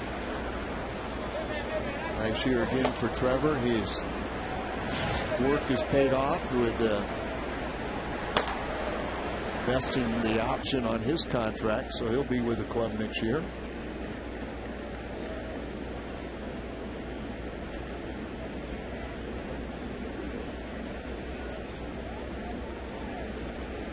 Two balls, no strikes on Walker.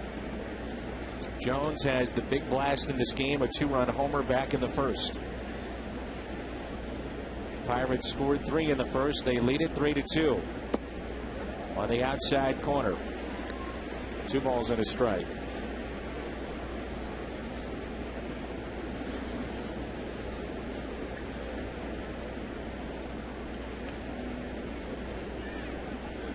Into 4 double plays, and the Cardinals are looking for that. All the off-speed pitches, you anticipate he'd probably pull the ball in the infield. The 2-1. Out to center. Rasmus going back, makes the catch. McCutcheon tags up from second to third. Runners at the corners with one out. Busch Bash coming up this Friday. Bob Tewksbury will be signing autographs out in the Ford Plaza. Get here early. Tewks will be there. And tickets still available at Cardinals.com. Runners at the corners, one out. And a 3-2 Pittsburgh lead here in the sixth. Line drive at Kobe. Still got the double play in order. Here Jones, a 2-run home run in the first. And strikeout looking in the fourth. And Pags, they're going to lay and make sure that Trevor Miller. You can see a pitching change right now, and Tony popping out of the dugout. And one of the reasons that Tony La Russa makes this move, the numbers tell you to do it. Jones 5 for 10, 3 home runs, including one tonight against Suppan. So it's our Chevrolet call to the bullpen. Trevor Miller coming in to face the lefty Jones.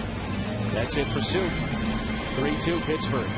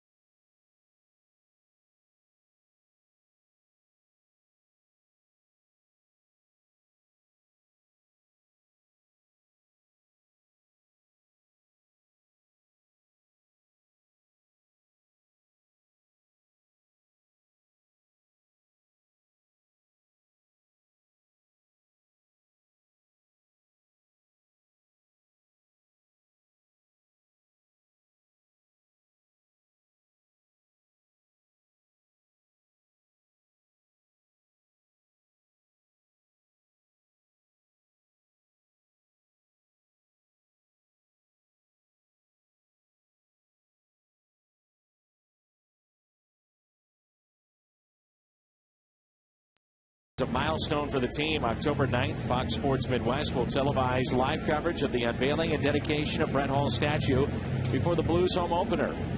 Hall's bronze statue joins McInnes and Federico. Historic moment for Brett Hall. You'll see it and hear it all on Fox Sports Midwest October 9th, and that's at 6 o'clock. Note the early start time with the ceremony at 6 o'clock. Runners at first and third. Trevor Miller comes in. And the Pirates leading by the score of 3-2 over the Redbirds.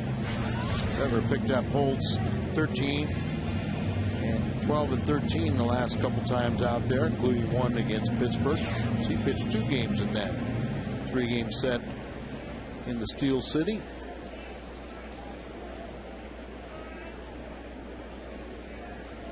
The Cardinals have Trevor Miller, and Cincinnati just brought in Aroldis Chapman. 2 different ways to get people out. Ball is inside. Chapman was on the gun at 105 the other night. The Tapias are here and enjoying Cardinal baseball tonight.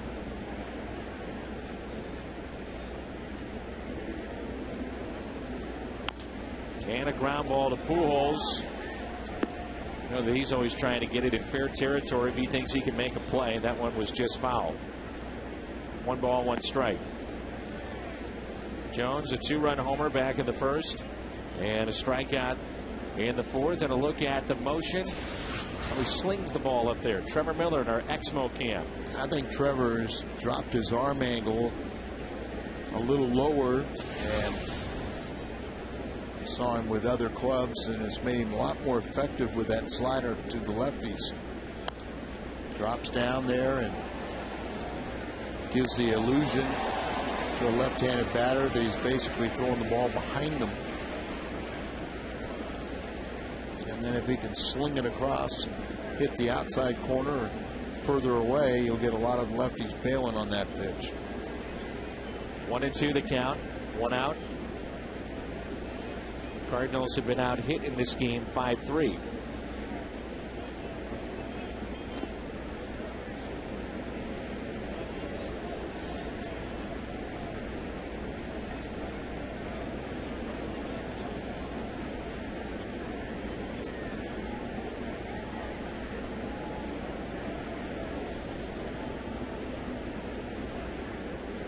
Two pitch.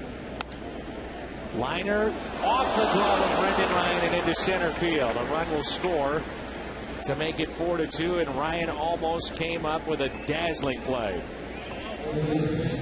Coming off the bat of a left-hander, you wonder if he overreached for that ball as it kind of tailed back towards him. So let's see how they pitch the sequence. Away there with a breaking ball, almost gets away. He couldn't handle it. There's another breaking ball that rolls over on it. And he got the ball inside, fouls it off, and then this one just down and away. It's coming right in on him, got right on the thumb. Never got into the pocket. Looked like the outside of the thumb. So Garrett Jones with 3 RBIs tonight. Back to a 2-run lead. And runners at first and second for Pedro Alvarez. Alvarez 1 for 2 with a single back in the 4th, and also popped out to short. Nobody warming up.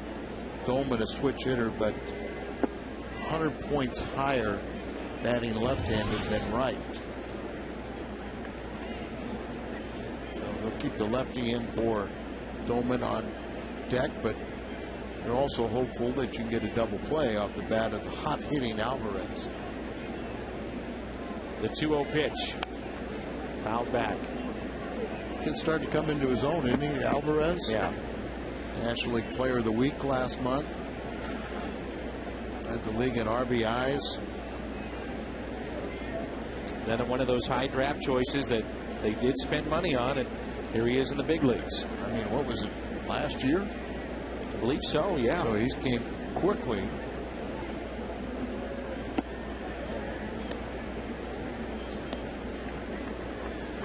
Three and 1 the count.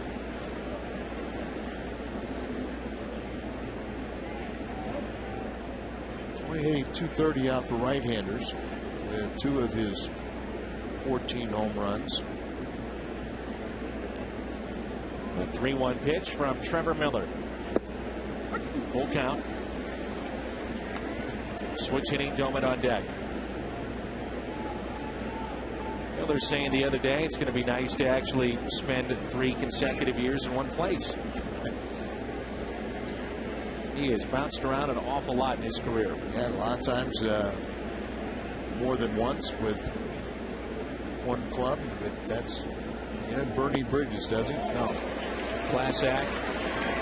Deals with a family issue with his young daughter, and just a tremendous guy to talk to.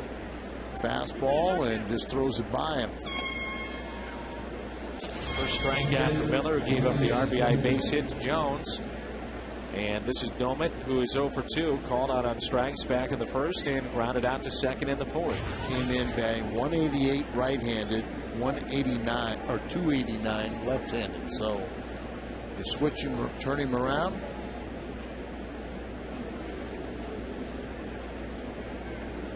Seen from the left side, he's got a little power. Let's see what happens here from the right side. The odd thing is normally when a guy's a switch hitter, he's a natural right-handed batter. Exactly. So you would think he'd have more power that way, but it's not the case. Green makes the catch. Pirates strand 2, but pick up a run. They have a 2-run lead. Holiday, Craig, and Rasmus coming up.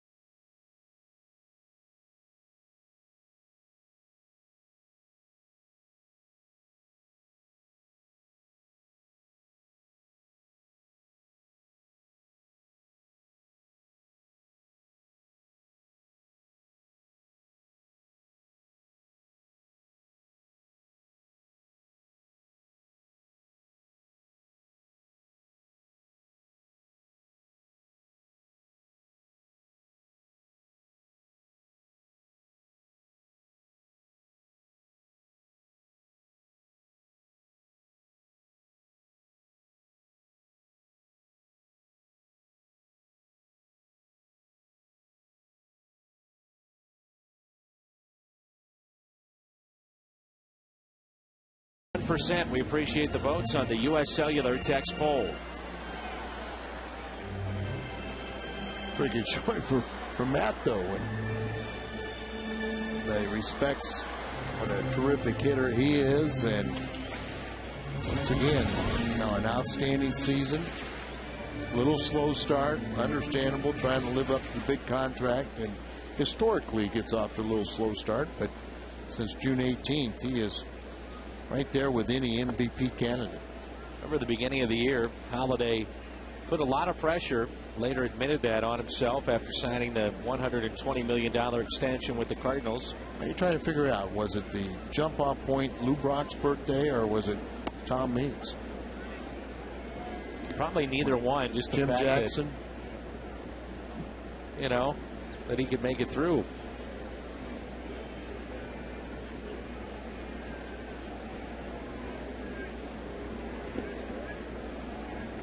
Two balls and one strike. Well, Dan, congratulations to Cincinnati, unfortunately. Jay Bruce walk-off. All their, wins and final at bats only appropriate. 2-1 pitch. Holiday breaks his bat, little floater into center field. How about that? The Cincinnati Reds, they were my sleeper pick going into this year. Well, we both paid them a lot of attention. We said if they get help from their young pitchers, good offensive ball club, that don't take them lightly. So it's not surprising. It's just surprising that where the Cardinals played them head-to-head, that they just fell apart at the end and couldn't put that pressure on them. I'm sure our guys in the truck will tell us before the night is through what kind of crowd was witnessing Cincinnati and their win. And let's hope they had a big crowd. Dusty Baker, I know you really enjoy being around him. He heads into postseason play again. Yep. And some people think he could pick up another Manager of the Year award. Sentimental favorite would be Bobby Cox. You and I both think Brad Mills has done a phenomenal job turning around the Houston Astros. So 30,151 tonight. Bud Black. No doubt. I mean, who would have thought of San Diego being in the race at all? Nobody. But, well, the players, San Diego players. Remember, they said at the beginning of the year they were going to play so well that they were going to add payroll instead of trading their star players at the deadline. That's what happened. Got Ludwig and Tejada. 3 balls, 2 strikes, 1 out, nobody on. Alan Craig up there. Craig with a pair of groundouts, and he is 0 for 2. Oh, look at this play. Alvarez gets up and robs Alan Craig. What a play from Pedro Alvarez. Talk about his bat, but we're starting to see him play in the field. And this is just a scorcher. Gets out there and one step, a dive, gets up, scrambles, and throws out Alan Craig. Robbed by a fine play by the young third baseman.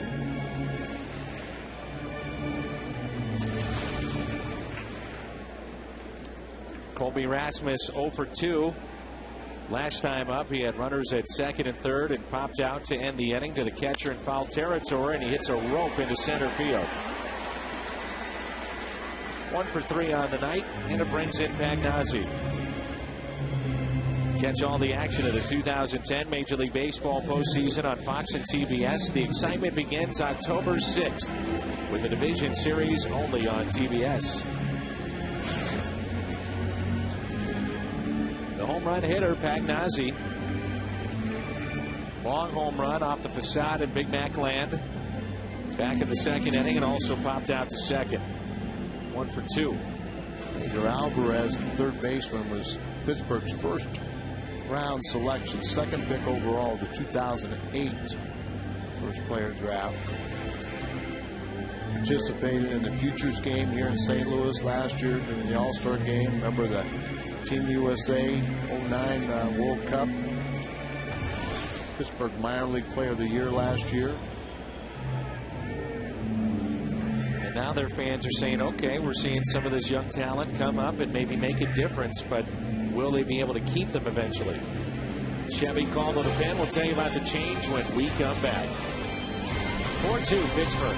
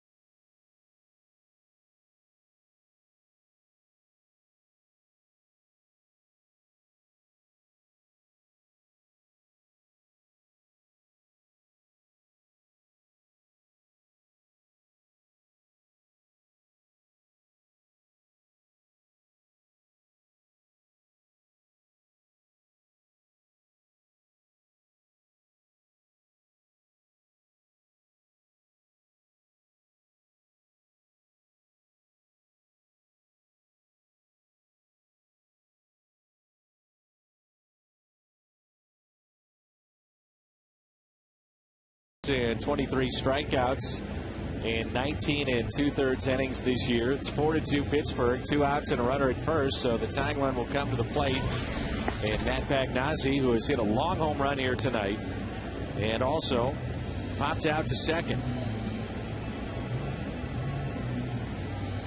Aesop was claimed off of waivers from the Atlanta Braves August 4th this season. 15 starts at AAA Gwinnett in the Atlanta organization. He was 6-3, the ERA just over 2. And he's been scored upon in just 4 of his 20 appearances with Pittsburgh. But that's one thing, you know, the Pirates are all going to boil down to they got a nice little hitting team, but can they pitch? And man, it just seems like every time we talk about one of their pitchers, they're claimed off of waivers.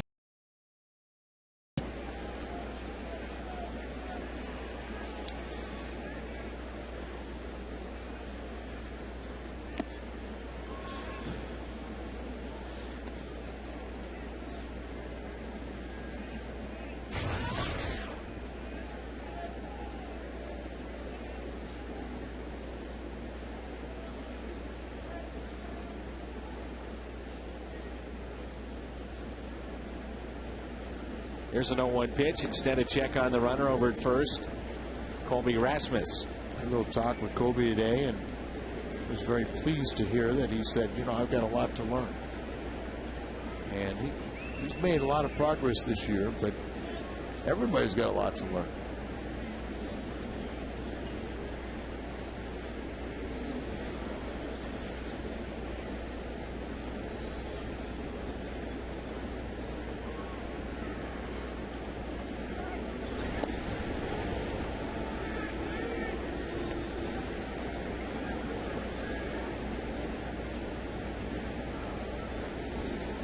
Confidence is so much a part of this game, and Matt Pagnazzi is gaining some confidence, just getting start after start, swinging the bat well.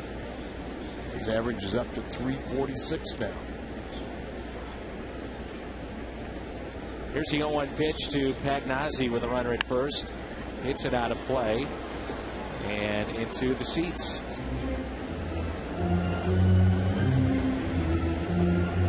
Cardinals and Reds have really started a pretty fun rivalry here in 2010. Think about what goes into it, from Dusty Baker, Tony La Russa, Scott Rowland, Walt Jocketty, Johnny Cueto. Oh, yeah. I was getting there. Believe me.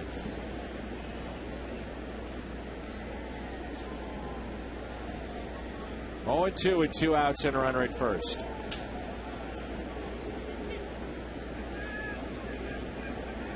You're hearing a chant, remember LaRue.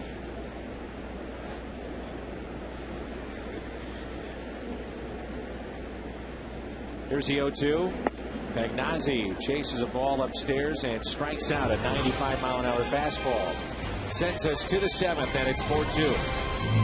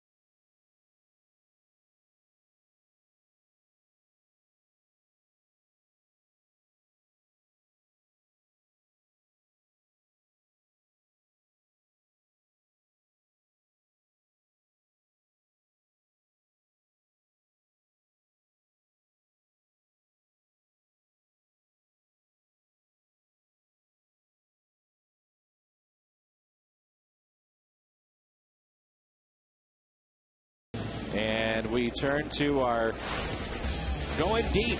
And this was a long one off the bat of Pagnazzi. Our Hardy's prime cut off the facade at Big Mac Land. Teammates loved it. First major league home run.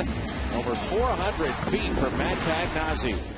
Hardy's prime cut of the game. These two Owls should know each other quite well. Pagnazzi and Fernando Salas.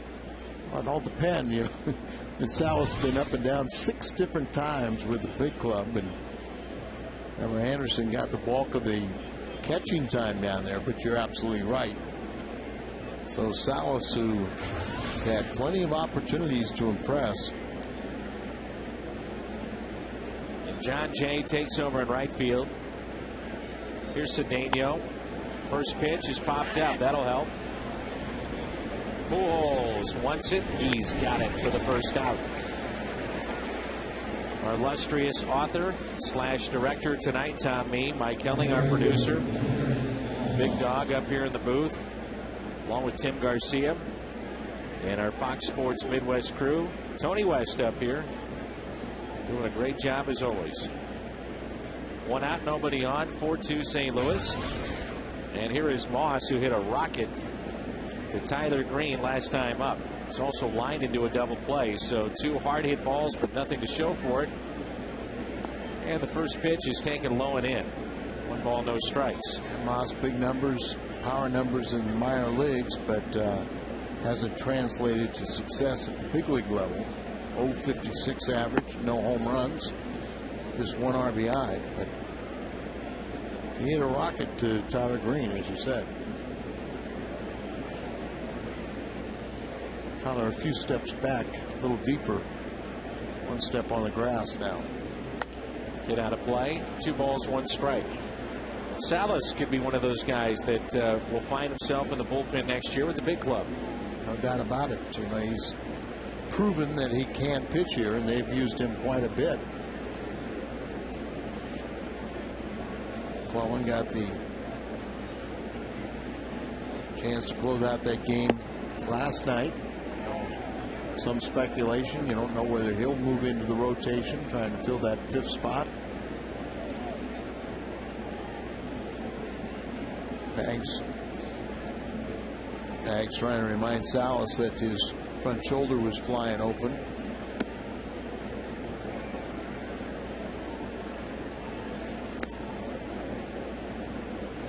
After Salas throws this pitch, he was reminded by his catcher, keep that front shoulder. So you kind of opened up a little too soon, and then you leave the ball up and out over, wide. Hold that front shoulder in, and then that ball, you can guide it into the strike zone. Dylan Young will pinch hit. We'll also see a pinch runner.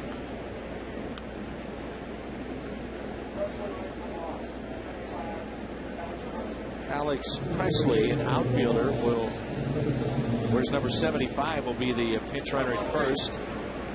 And Dylan Young will be at the plate. You mentioned the name of Kyle McClellan.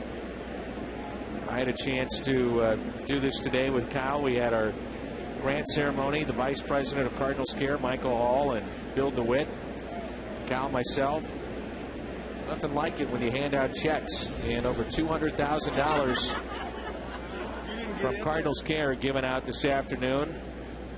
Over $200,000. And it's Bill DeWitt there speaking to the crew. It's one of their largest grant ceremonies of the year. And a lot of that is due to the winter warm-up and the players and Tony's involvement. And Kyle was very good in speaking to the kids and giving them advice. And Cardinals Care has raised over $16 million since 1997, and it was a lot of fun today.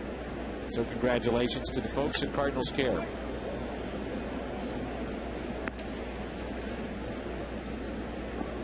And a reminder that Fox Sports, one of the big sponsors of the Say No to Drugs program with the Cardinals in the elementary schools. It's a free assembly, so contact the Cardinals or Fox Sports Midwest on how to get Fred Bird and Joe Cunningham, Andy Bennis, myself, or John Mabry come out to your school and talked about doing it right. One out, runner at first, 2 balls, 1 strike. Young put together a pretty good year as primarily as a pinch hitter. He has 15 pinch hits. That's 4 shy of the club record set by Jose Pagan back in 1969. And he's hit well when he has started lately. Here's a 2-1 instead of check on the runner at first. Number 308 in his last 11 starts. Play right field, third base, second base, designated hitter.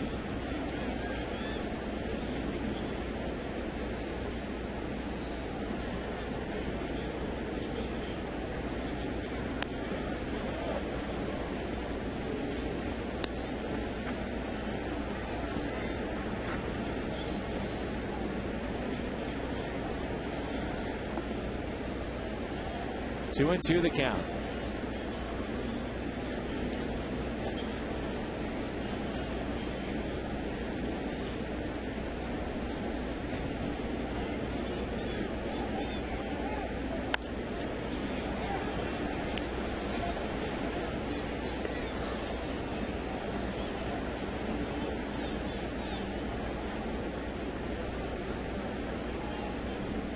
And only a 227 hitter as a pinch hitter, whereas Davinoa has the same amount, 15 pinch hits, a lot less at bats, and he bat 300 as a pinch hitter. That's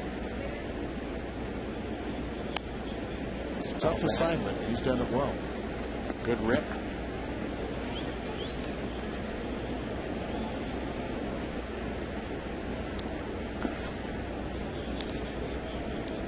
Two and two the count, 1 out and a runner at first.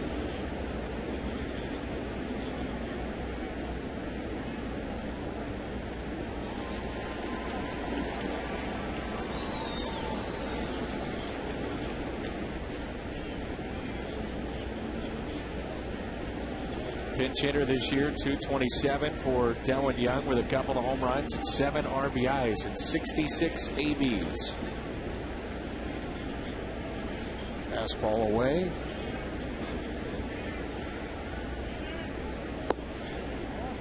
Just a little bit outside.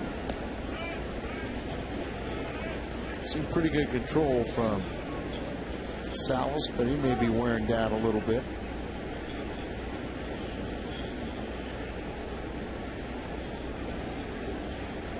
Fastball away again. 3-2 pitch, runner goes, and it's hit out of play. Alex Presley was their minor league player of the year. He led the Pirate organization in hits. Look at some of his numbers. You can tell he can run well, and no surprise, pinch hit or pinch running.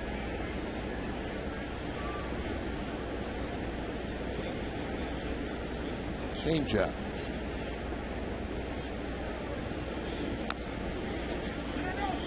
He's got a piece of it, but it's foul ball.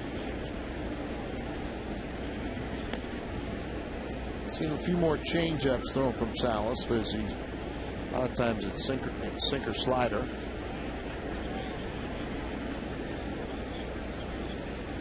And many times when you've got that sinker slider combination to a left-handed batter, you'll throw the change. This would be a throw to first.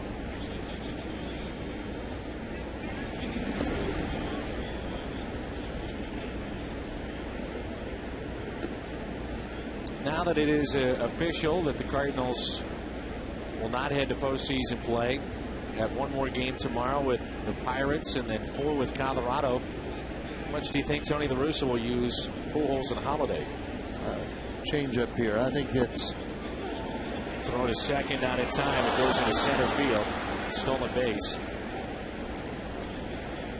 One of the things, Pags threw out 31% of runners at the minor league level, but he is 0 for 6 getting runners here at the big league level. In my mind, there was no advancement, but you got to knock this ball down. Don't worry about trying to make that tag. Concede the base, knock the ball down, and make sure they don't get up and scramble on to third. Andrew McCutchen with 2 outs and a runner at second base. Dangerous man right now at the plate. Walked and scored in the first, lined out to short, and singled back in the 6th. Average at 286, 16 home runs, 55 driven in, and 93 runs scored from their leadoff man in Pittsburgh.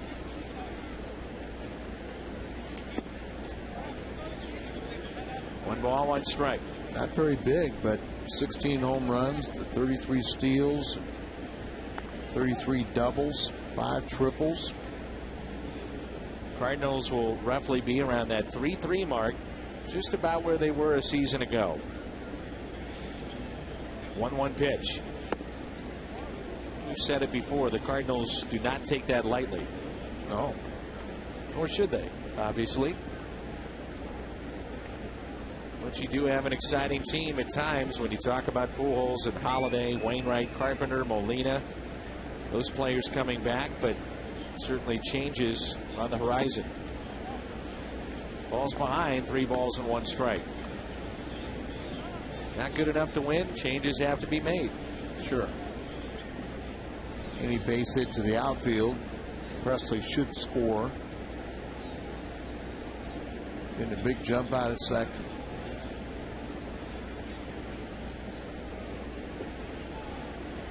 Two outs, runner at second, and a 3-1 pitch. He walked him. So Salas has come in with 1 strikeout, 2 walks this inning.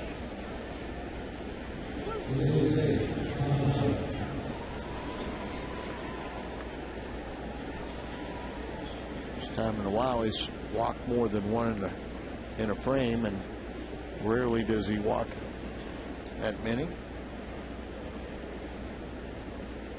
Pirates left fielder 1 for 3 on the night.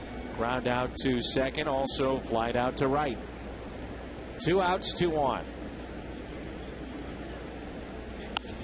Hits it out of play and foul. I think a lot of when you're talking about, it looks like Colorado is running out of gas also, but I think a lot Tony will talk to Holiday and talk to Pujols and basically say, you know, probably schedule them a day off and then say, well, you know, how much more you want. Let them argue their way into lineup, and I'm sure both of them will. Those are two guys that you never have to worry about as a manager. Are they going to be coming ready to play? Do they want to play? I mean, they want to play every day. Absolutely. 1-1 pitch, up and in.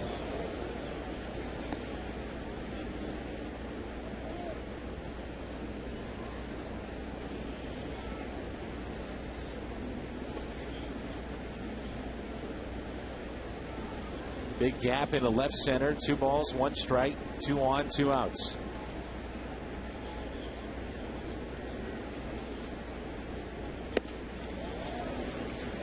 A pitch at 93. Salas is not really a hard thrower. Lower 90s, but very good command, and he can spot it. 2 balls, 2 strikes.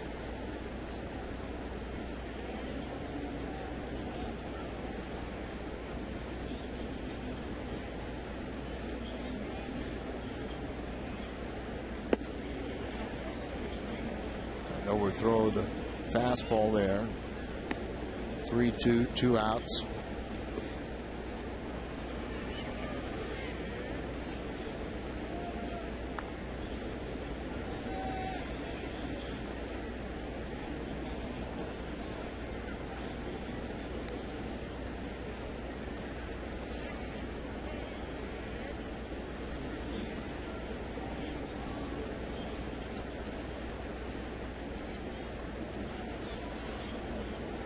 Rookie out at second. Salas wondering he might break too soon, so that little spin and look at second.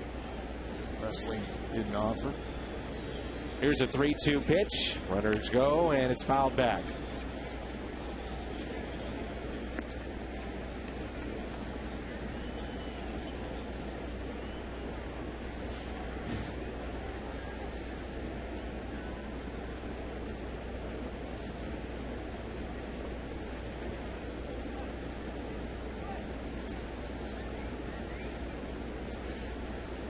Three-two pitch, and he walked him. That's 3 walks in the inning.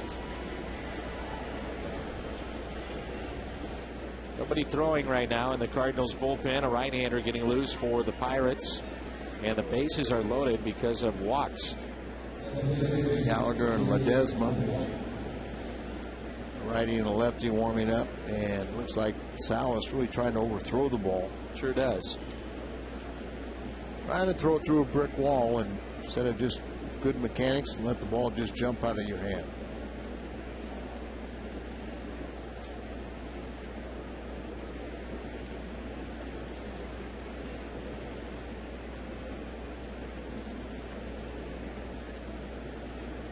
Walker's fallen below 300, an 0 for 3 tonight. 2 outs, bases loaded. 299. He had an RBI back in the first inning. No home runs in this situation, but 462 average with the bases loaded.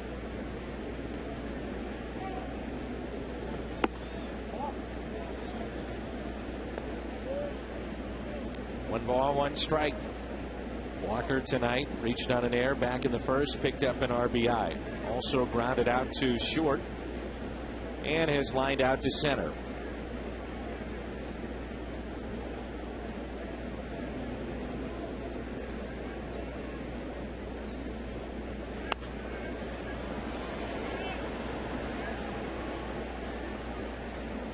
One and two.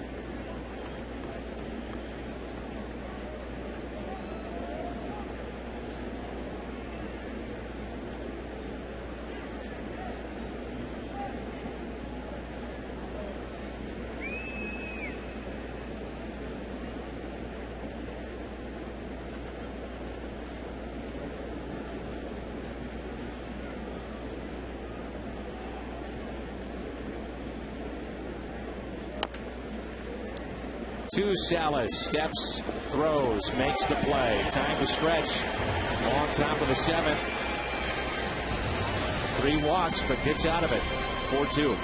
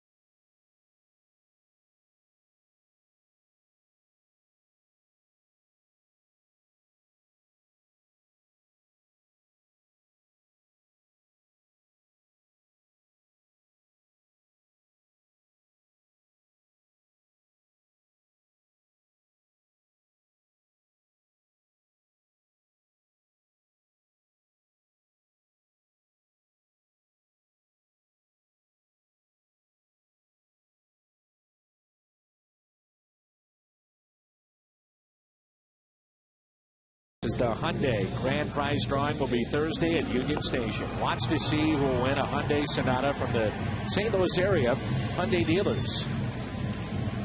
That will be there Thursday at Union Station. Gallagher is in. Bottom of the 7th rolls in, and the Cardinals trailing 4-2.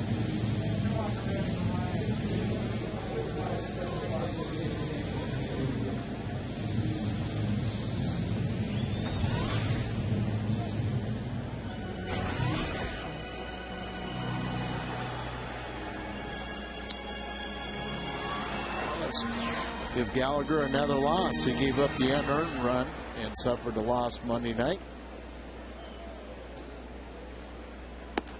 By the way, Steve Zesh of Cardinals Magazine never stops. We have an update on Pagnazzi's. Are you ready? Okay. I'm ready.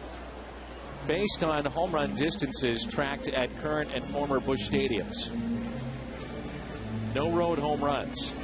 Tom Pagnazzi maxed out his home run distance at 410, which was the second home run of his career. It was a grand slam off of Cincinnati's Guy Hoffman in 1987, 5 weeks after he was called up to the majors to help fill the void when Tony Pena, you might remember, suffered a broken thumb.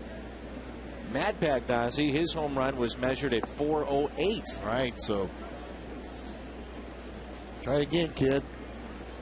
So Tom Pagnazzi still, and the Pagnazzi family has the longest major league home run. And I would hope the truck would send all apologies to Tom. One hopper to second. Steve Zesh is the publisher of Cardinals Magazine, which is published 12 months out of the year. They do a great job. And it is such a scientific measurement, too.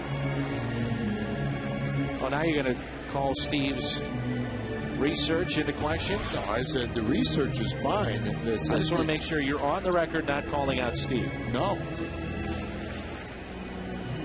No, it's, I just said the measurement is so scientific. Steve doesn't measure, he just does the research. Correct. And look at a chart and guesstimate, where the ball hit in the stadium. They look down and gives a measurement. But they don't use lasers. Tommy has gone back and looked at the video and has seen that apparently the wind was blowing out with Tom Pagnazzi's home run.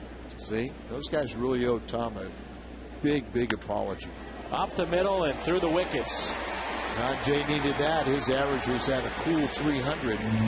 So he'll pick up a point, stay above the magical number.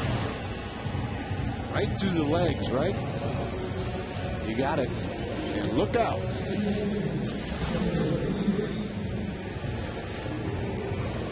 Here's Tyler Green, who has walked tonight, back in the third. Flying center and grounded out to third, so he'll be called back. And Hamilton. Mark Hamilton looking for his first major league hit. He doesn't get cheated with his swing.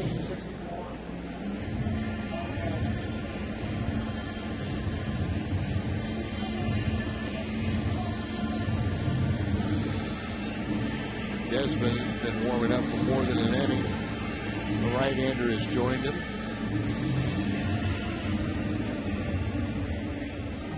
Jano Park.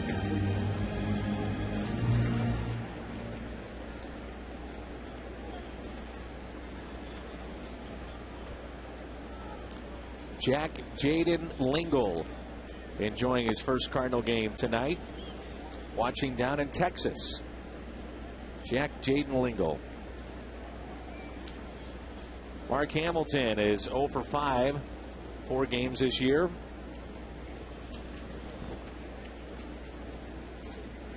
Played 72 games at AAA because of broken thumb early, but in 72 games he hit .298 with the team leading 18 home runs and 60 RBIs. Even better, hot bat in the playoffs. He hit .360 with 2 home runs, 8 RBIs in 6 PCL playoff games. Serge, the pitching coach, out to talk to Gallagher.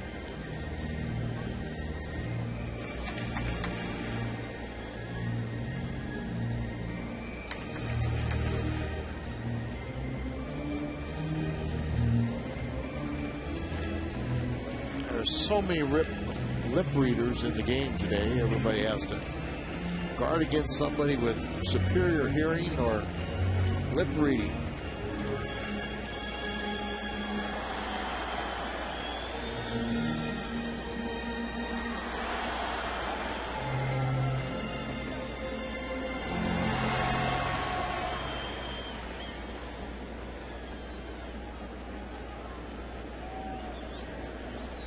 Cardinals need to prove they can win without the 2 bodysuits behind home plate.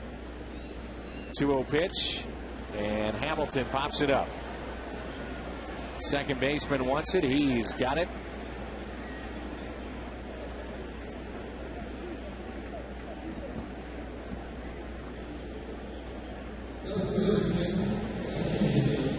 Scalzo needs to extend the inning, bring up Albert. He can lose one, and Cardinals take the lead.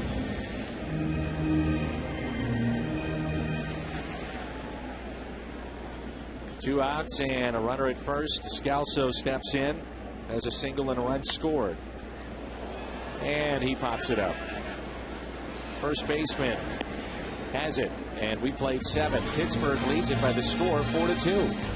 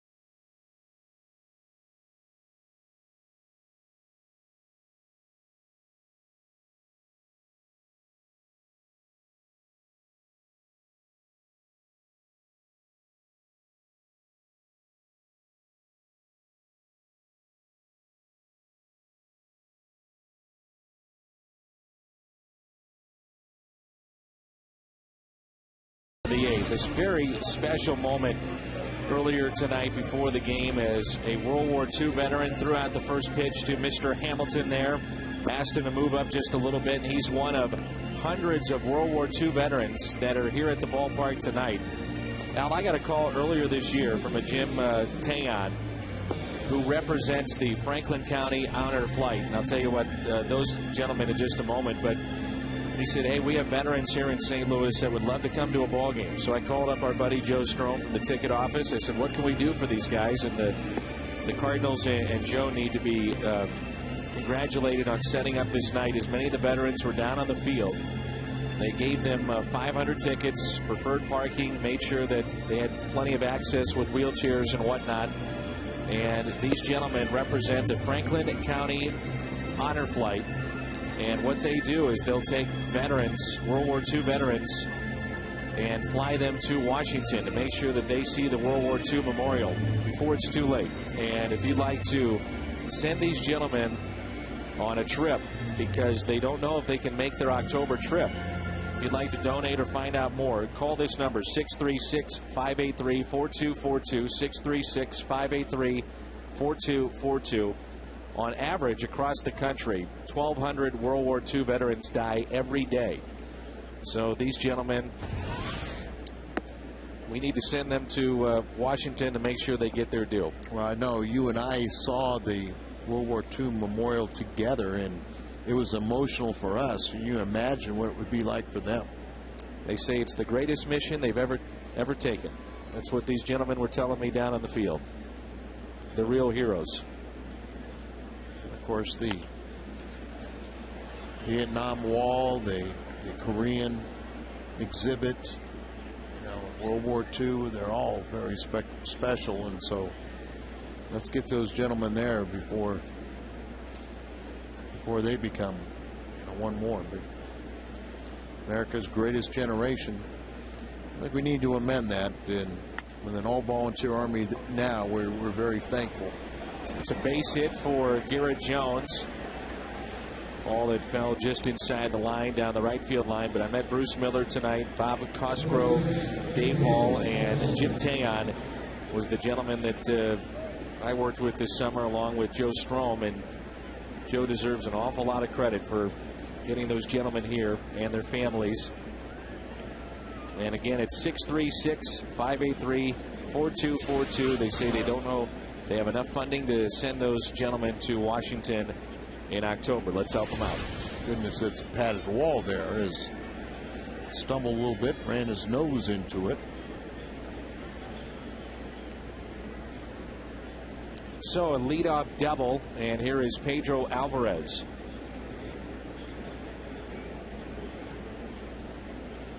Alvarez tonight has popped out. He is singled and struck out. McDonald and Walters will come your way tomorrow here on Fox Sports Midwest.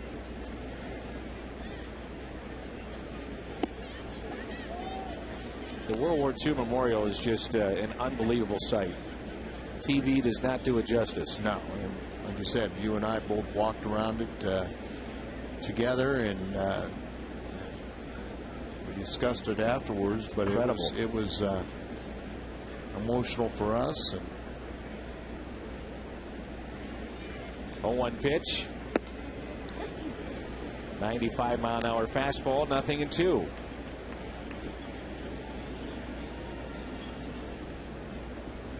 Four to 2 Pittsburgh. They picked up 3 runs in the first and 1 in the 6th.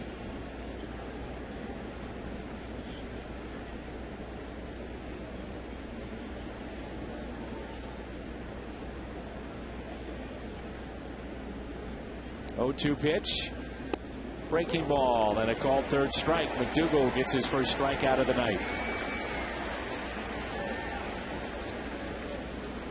Like he painted the outside corner, didn't he? Back to a breaking ball, gave up on it, and there you see him stop his swing, and then it falls down and drops right on the outside corner. And you're at the mercy, and Jerry Crawford says goodbye. Intentional pass here of Ryan Domit. Cedeno is on deck.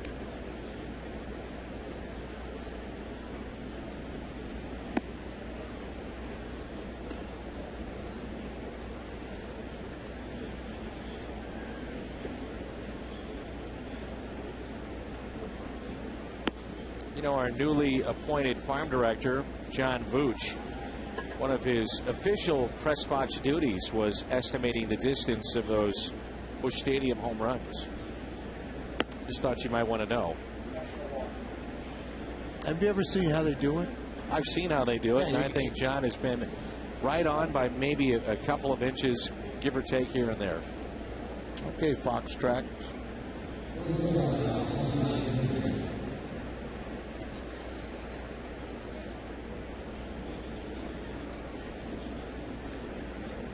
I just thought you'd want to know.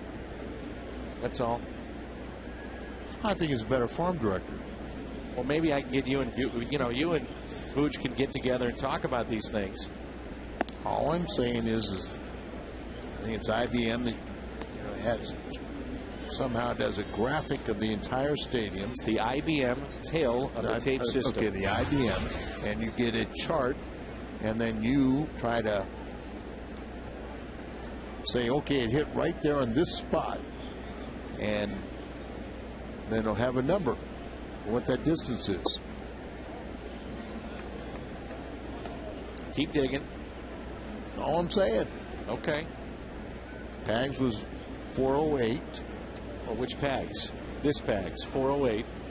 Matt, the truck's number 1. And Tom was 410. You know, the old system.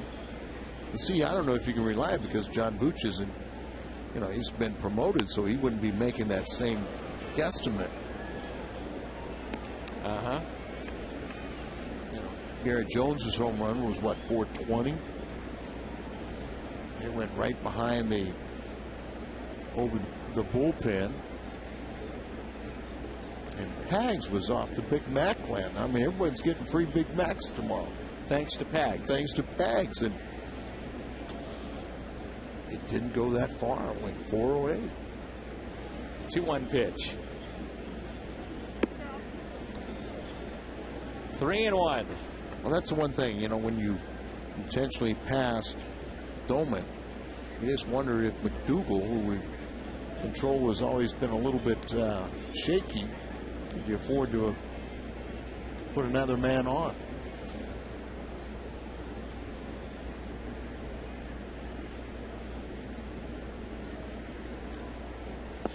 And he walked him.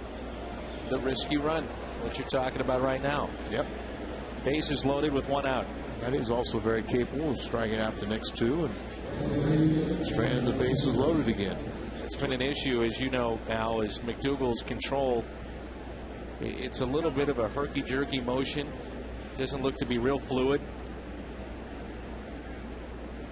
As Tony La Russa now sets his defense. And not looking like he's real happy. 1 out, wants him to come in. Fan behind Tony is also helping. And he's talking to Schumacher. Now he's going over to looking at Descalzo, moving him closer to the line. Infield in. Now Albert coming in front of the base runner.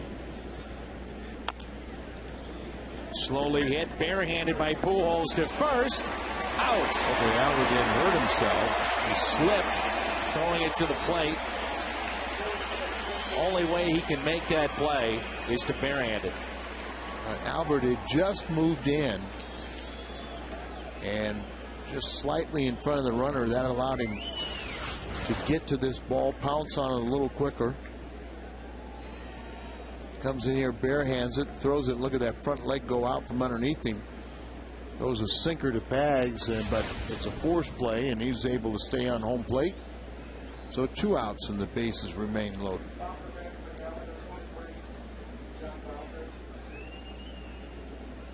John Bowker will be the hitter.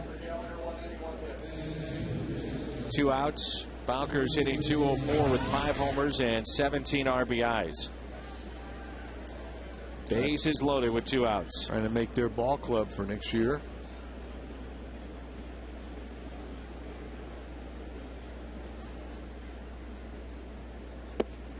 Just hit a shade over 200, but 5 home runs, 17 RBIs, and not much playing time.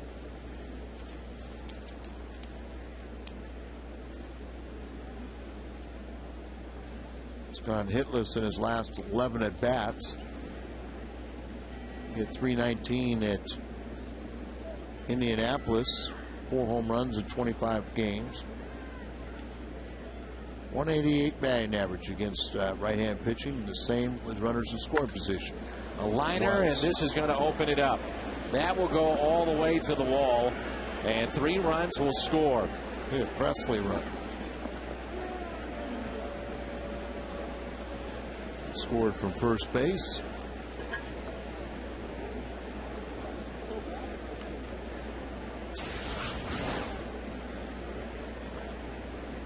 Fastball right in the middle of the plate. Lines it to the left center field wall, and all 3 runners come around to score.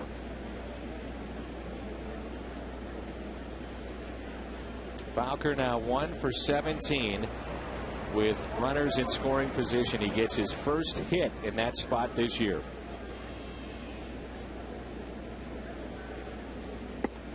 Here's McCutchen. That makes it 7-2. Bowker was 3 for 3 with a home run last Wednesday against St. Louis, and burns him again here. Cardinals will have Pujols leading off in the 8th. Bottom half.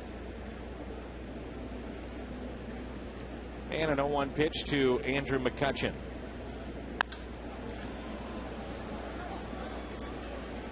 John Jay makes the catch. 3-run score at 7-2.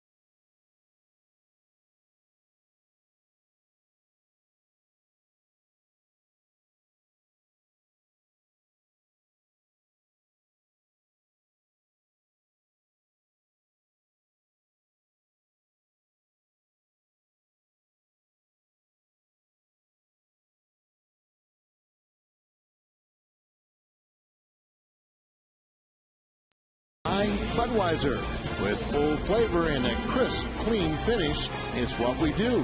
By AT Mobility.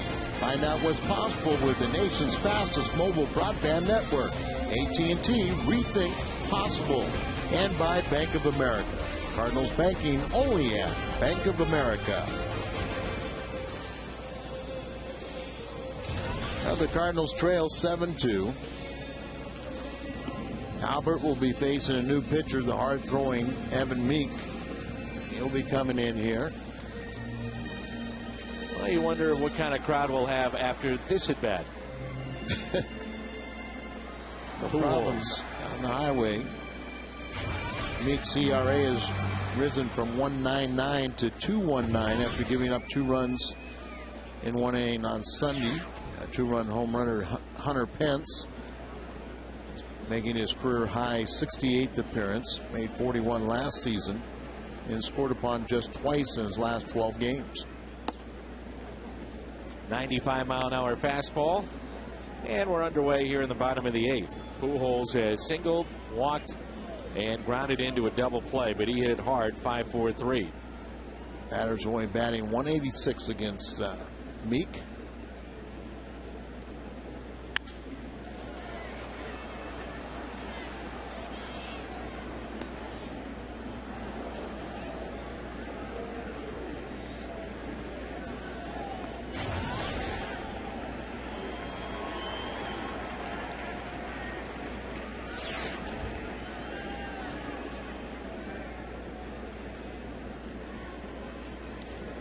He's already thrown 78 innings. It's a lot by today's standards. By late inning relievers. Usually see that with the lefties, and they're always used so often. The appearances pile up, but Meek has been a guy that John Russell has gone to a ton this year. Yeah, well, we talked about his 4th in the National League in innings pitched, and you can see his numbers as just wearing down a little bit here. 1-2 the count. Next to Albert. Got him, and he knew it. No argument for Pujols. Nasty breaking pitch from Meek for the first out. See it again, and Albert guesses something else and gets fooled on that breaking ball and tip the cap. But Meek had an ERA of .60 in April, 1.17 in May, 1.32 in June, 1.88 in July, and 7.20 in August. 1 out, nobody on. Here's Holiday. That. Well, you look at those last 2 pitches to Pujols and Holiday, and that gives you an idea that this guy must have pretty nasty stuff. Yeah, we talked about some of their good young hitters. They're pretty well armed at the end of their bullpen with Meek and Hanrahan. Just trying to find some better starters. There it is again.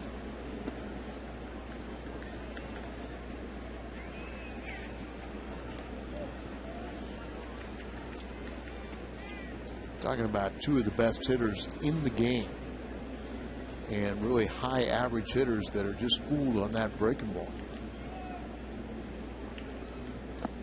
Yeah, why not go after it again?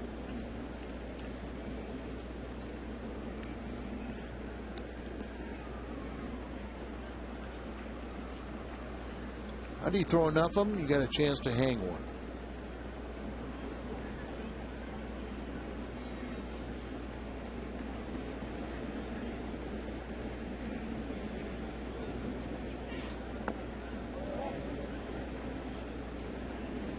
Straight. First 2, Holiday chased, and the last 2 he's laid off. He's got a pretty good fastball to go along with that breaking ball too.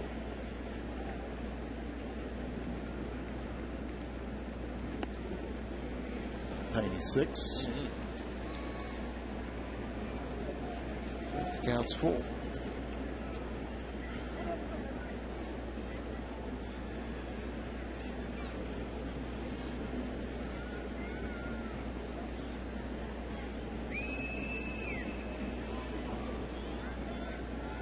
(3-2) to Holiday. Gets a fastball, and he got the breaking ball in the dirt. So 2 outs. This copyrighted telecast is presented by authority of the Cardinals and may not be reproduced or retransmitted in any form. The accounts and descriptions of this game may not be disseminated without the express written consent of the Cardinals.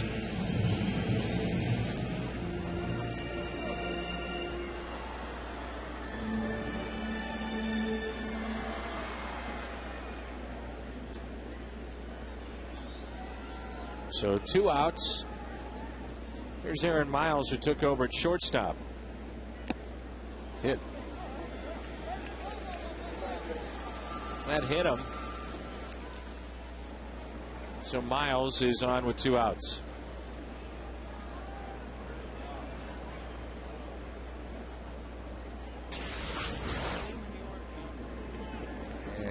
John Russell was arguing, but you can see it hit on the elbow in the change of direction.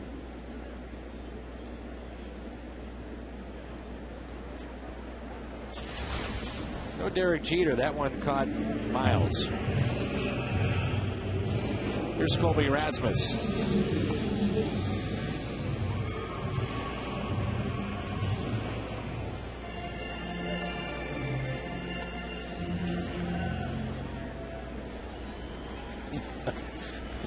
Aaron Miles was hit by the pitch and then threw the bat to the wrong side.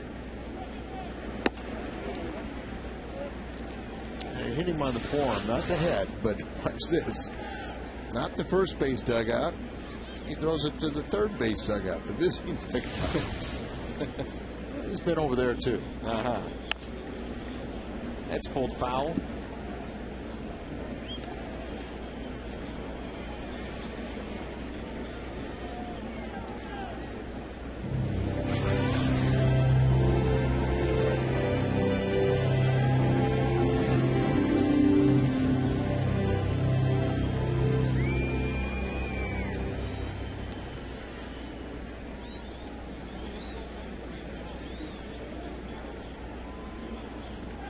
One pitch. Colby pulls it foul. Day baseball tomorrow. Rasmus breaks his bat. P.J. Walters will get the start. You're looking forward to that. Be his third start this season. Shout out San Diego for his first win. 5 shutout innings. How about Meek? 3 strikeouts. Colby called out on strikes. 7-2.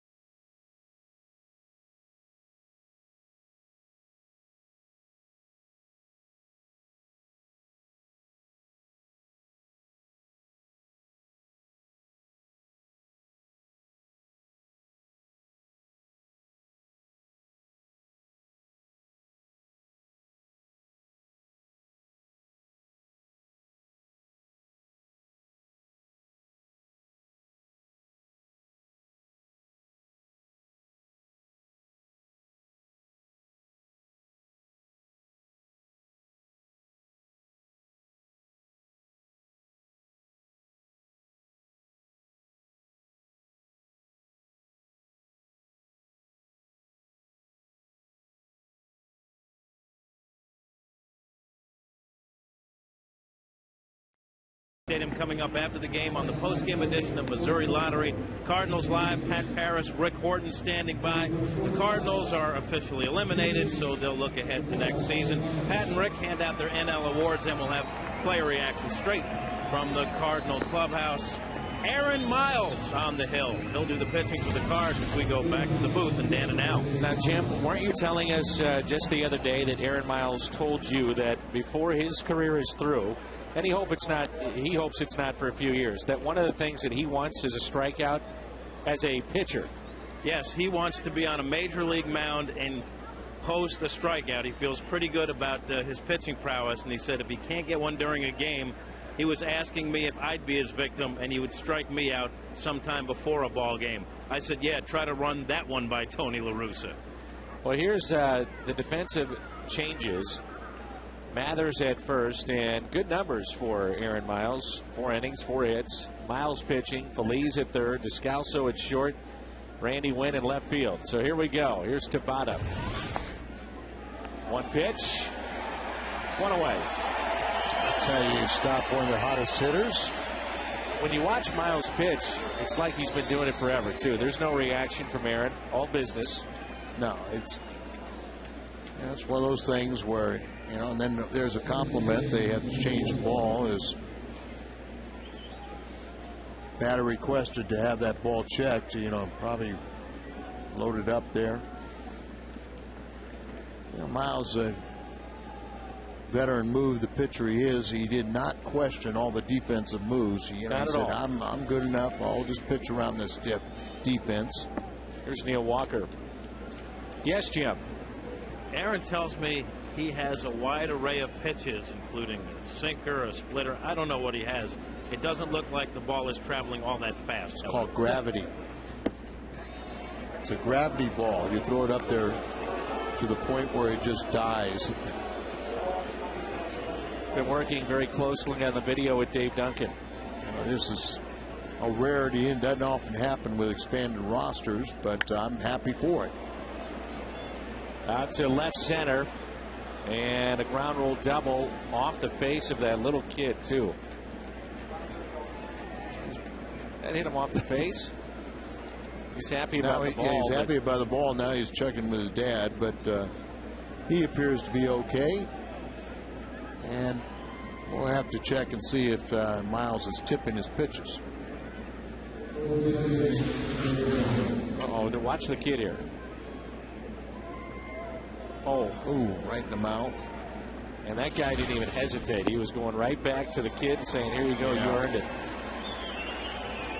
Tough little guy. We're talking the fan, not Aaron.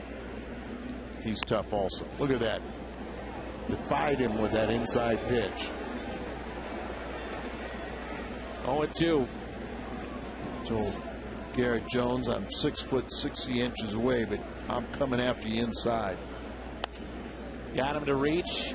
High pop up to Randy Wynn in left field. I'm not sure, but has Miles only been scored upon once in his previous appearances?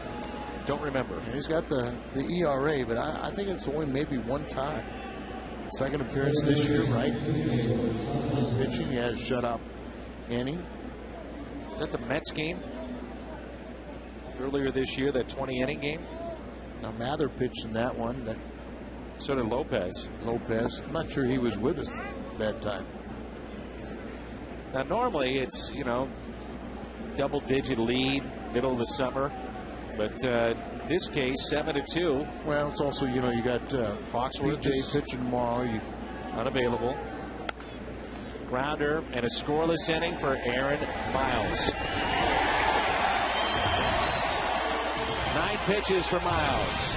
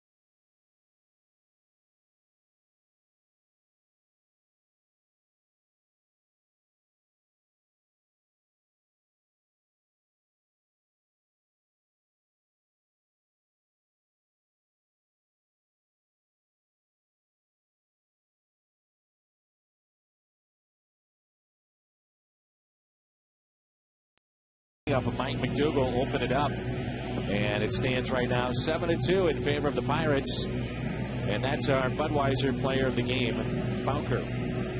Pirates have out-hit the Cardinals 9-5 and lead this ball game.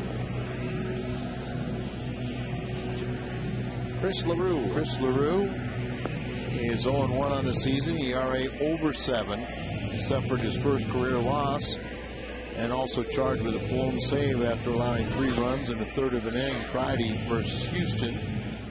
He worked a scoreless inning last Wednesday versus St. Louis. He was claimed off of waivers from Florida. Here's another pitcher claimed off of waivers. He had a 7 ERA and 17 relief appearances for the Marlins this season.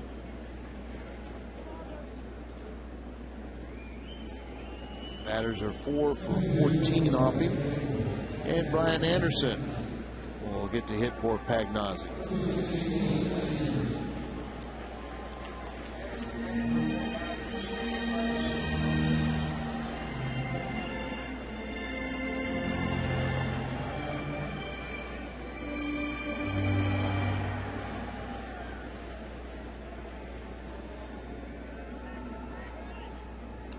Anderson, Schumacher, and Jay. First pitch is a strike at the knees.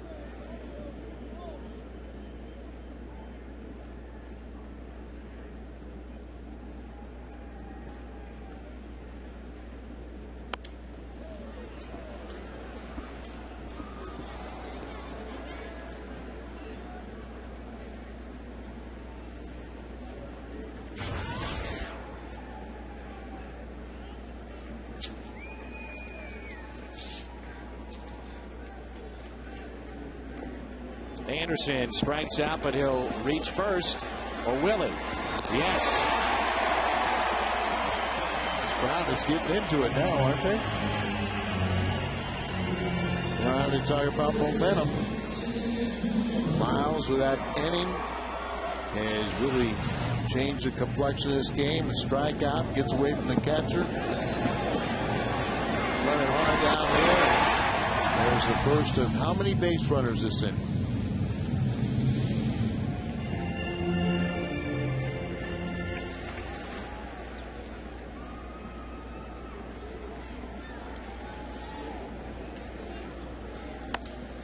There's a broken bat out there and on to first, and a double play.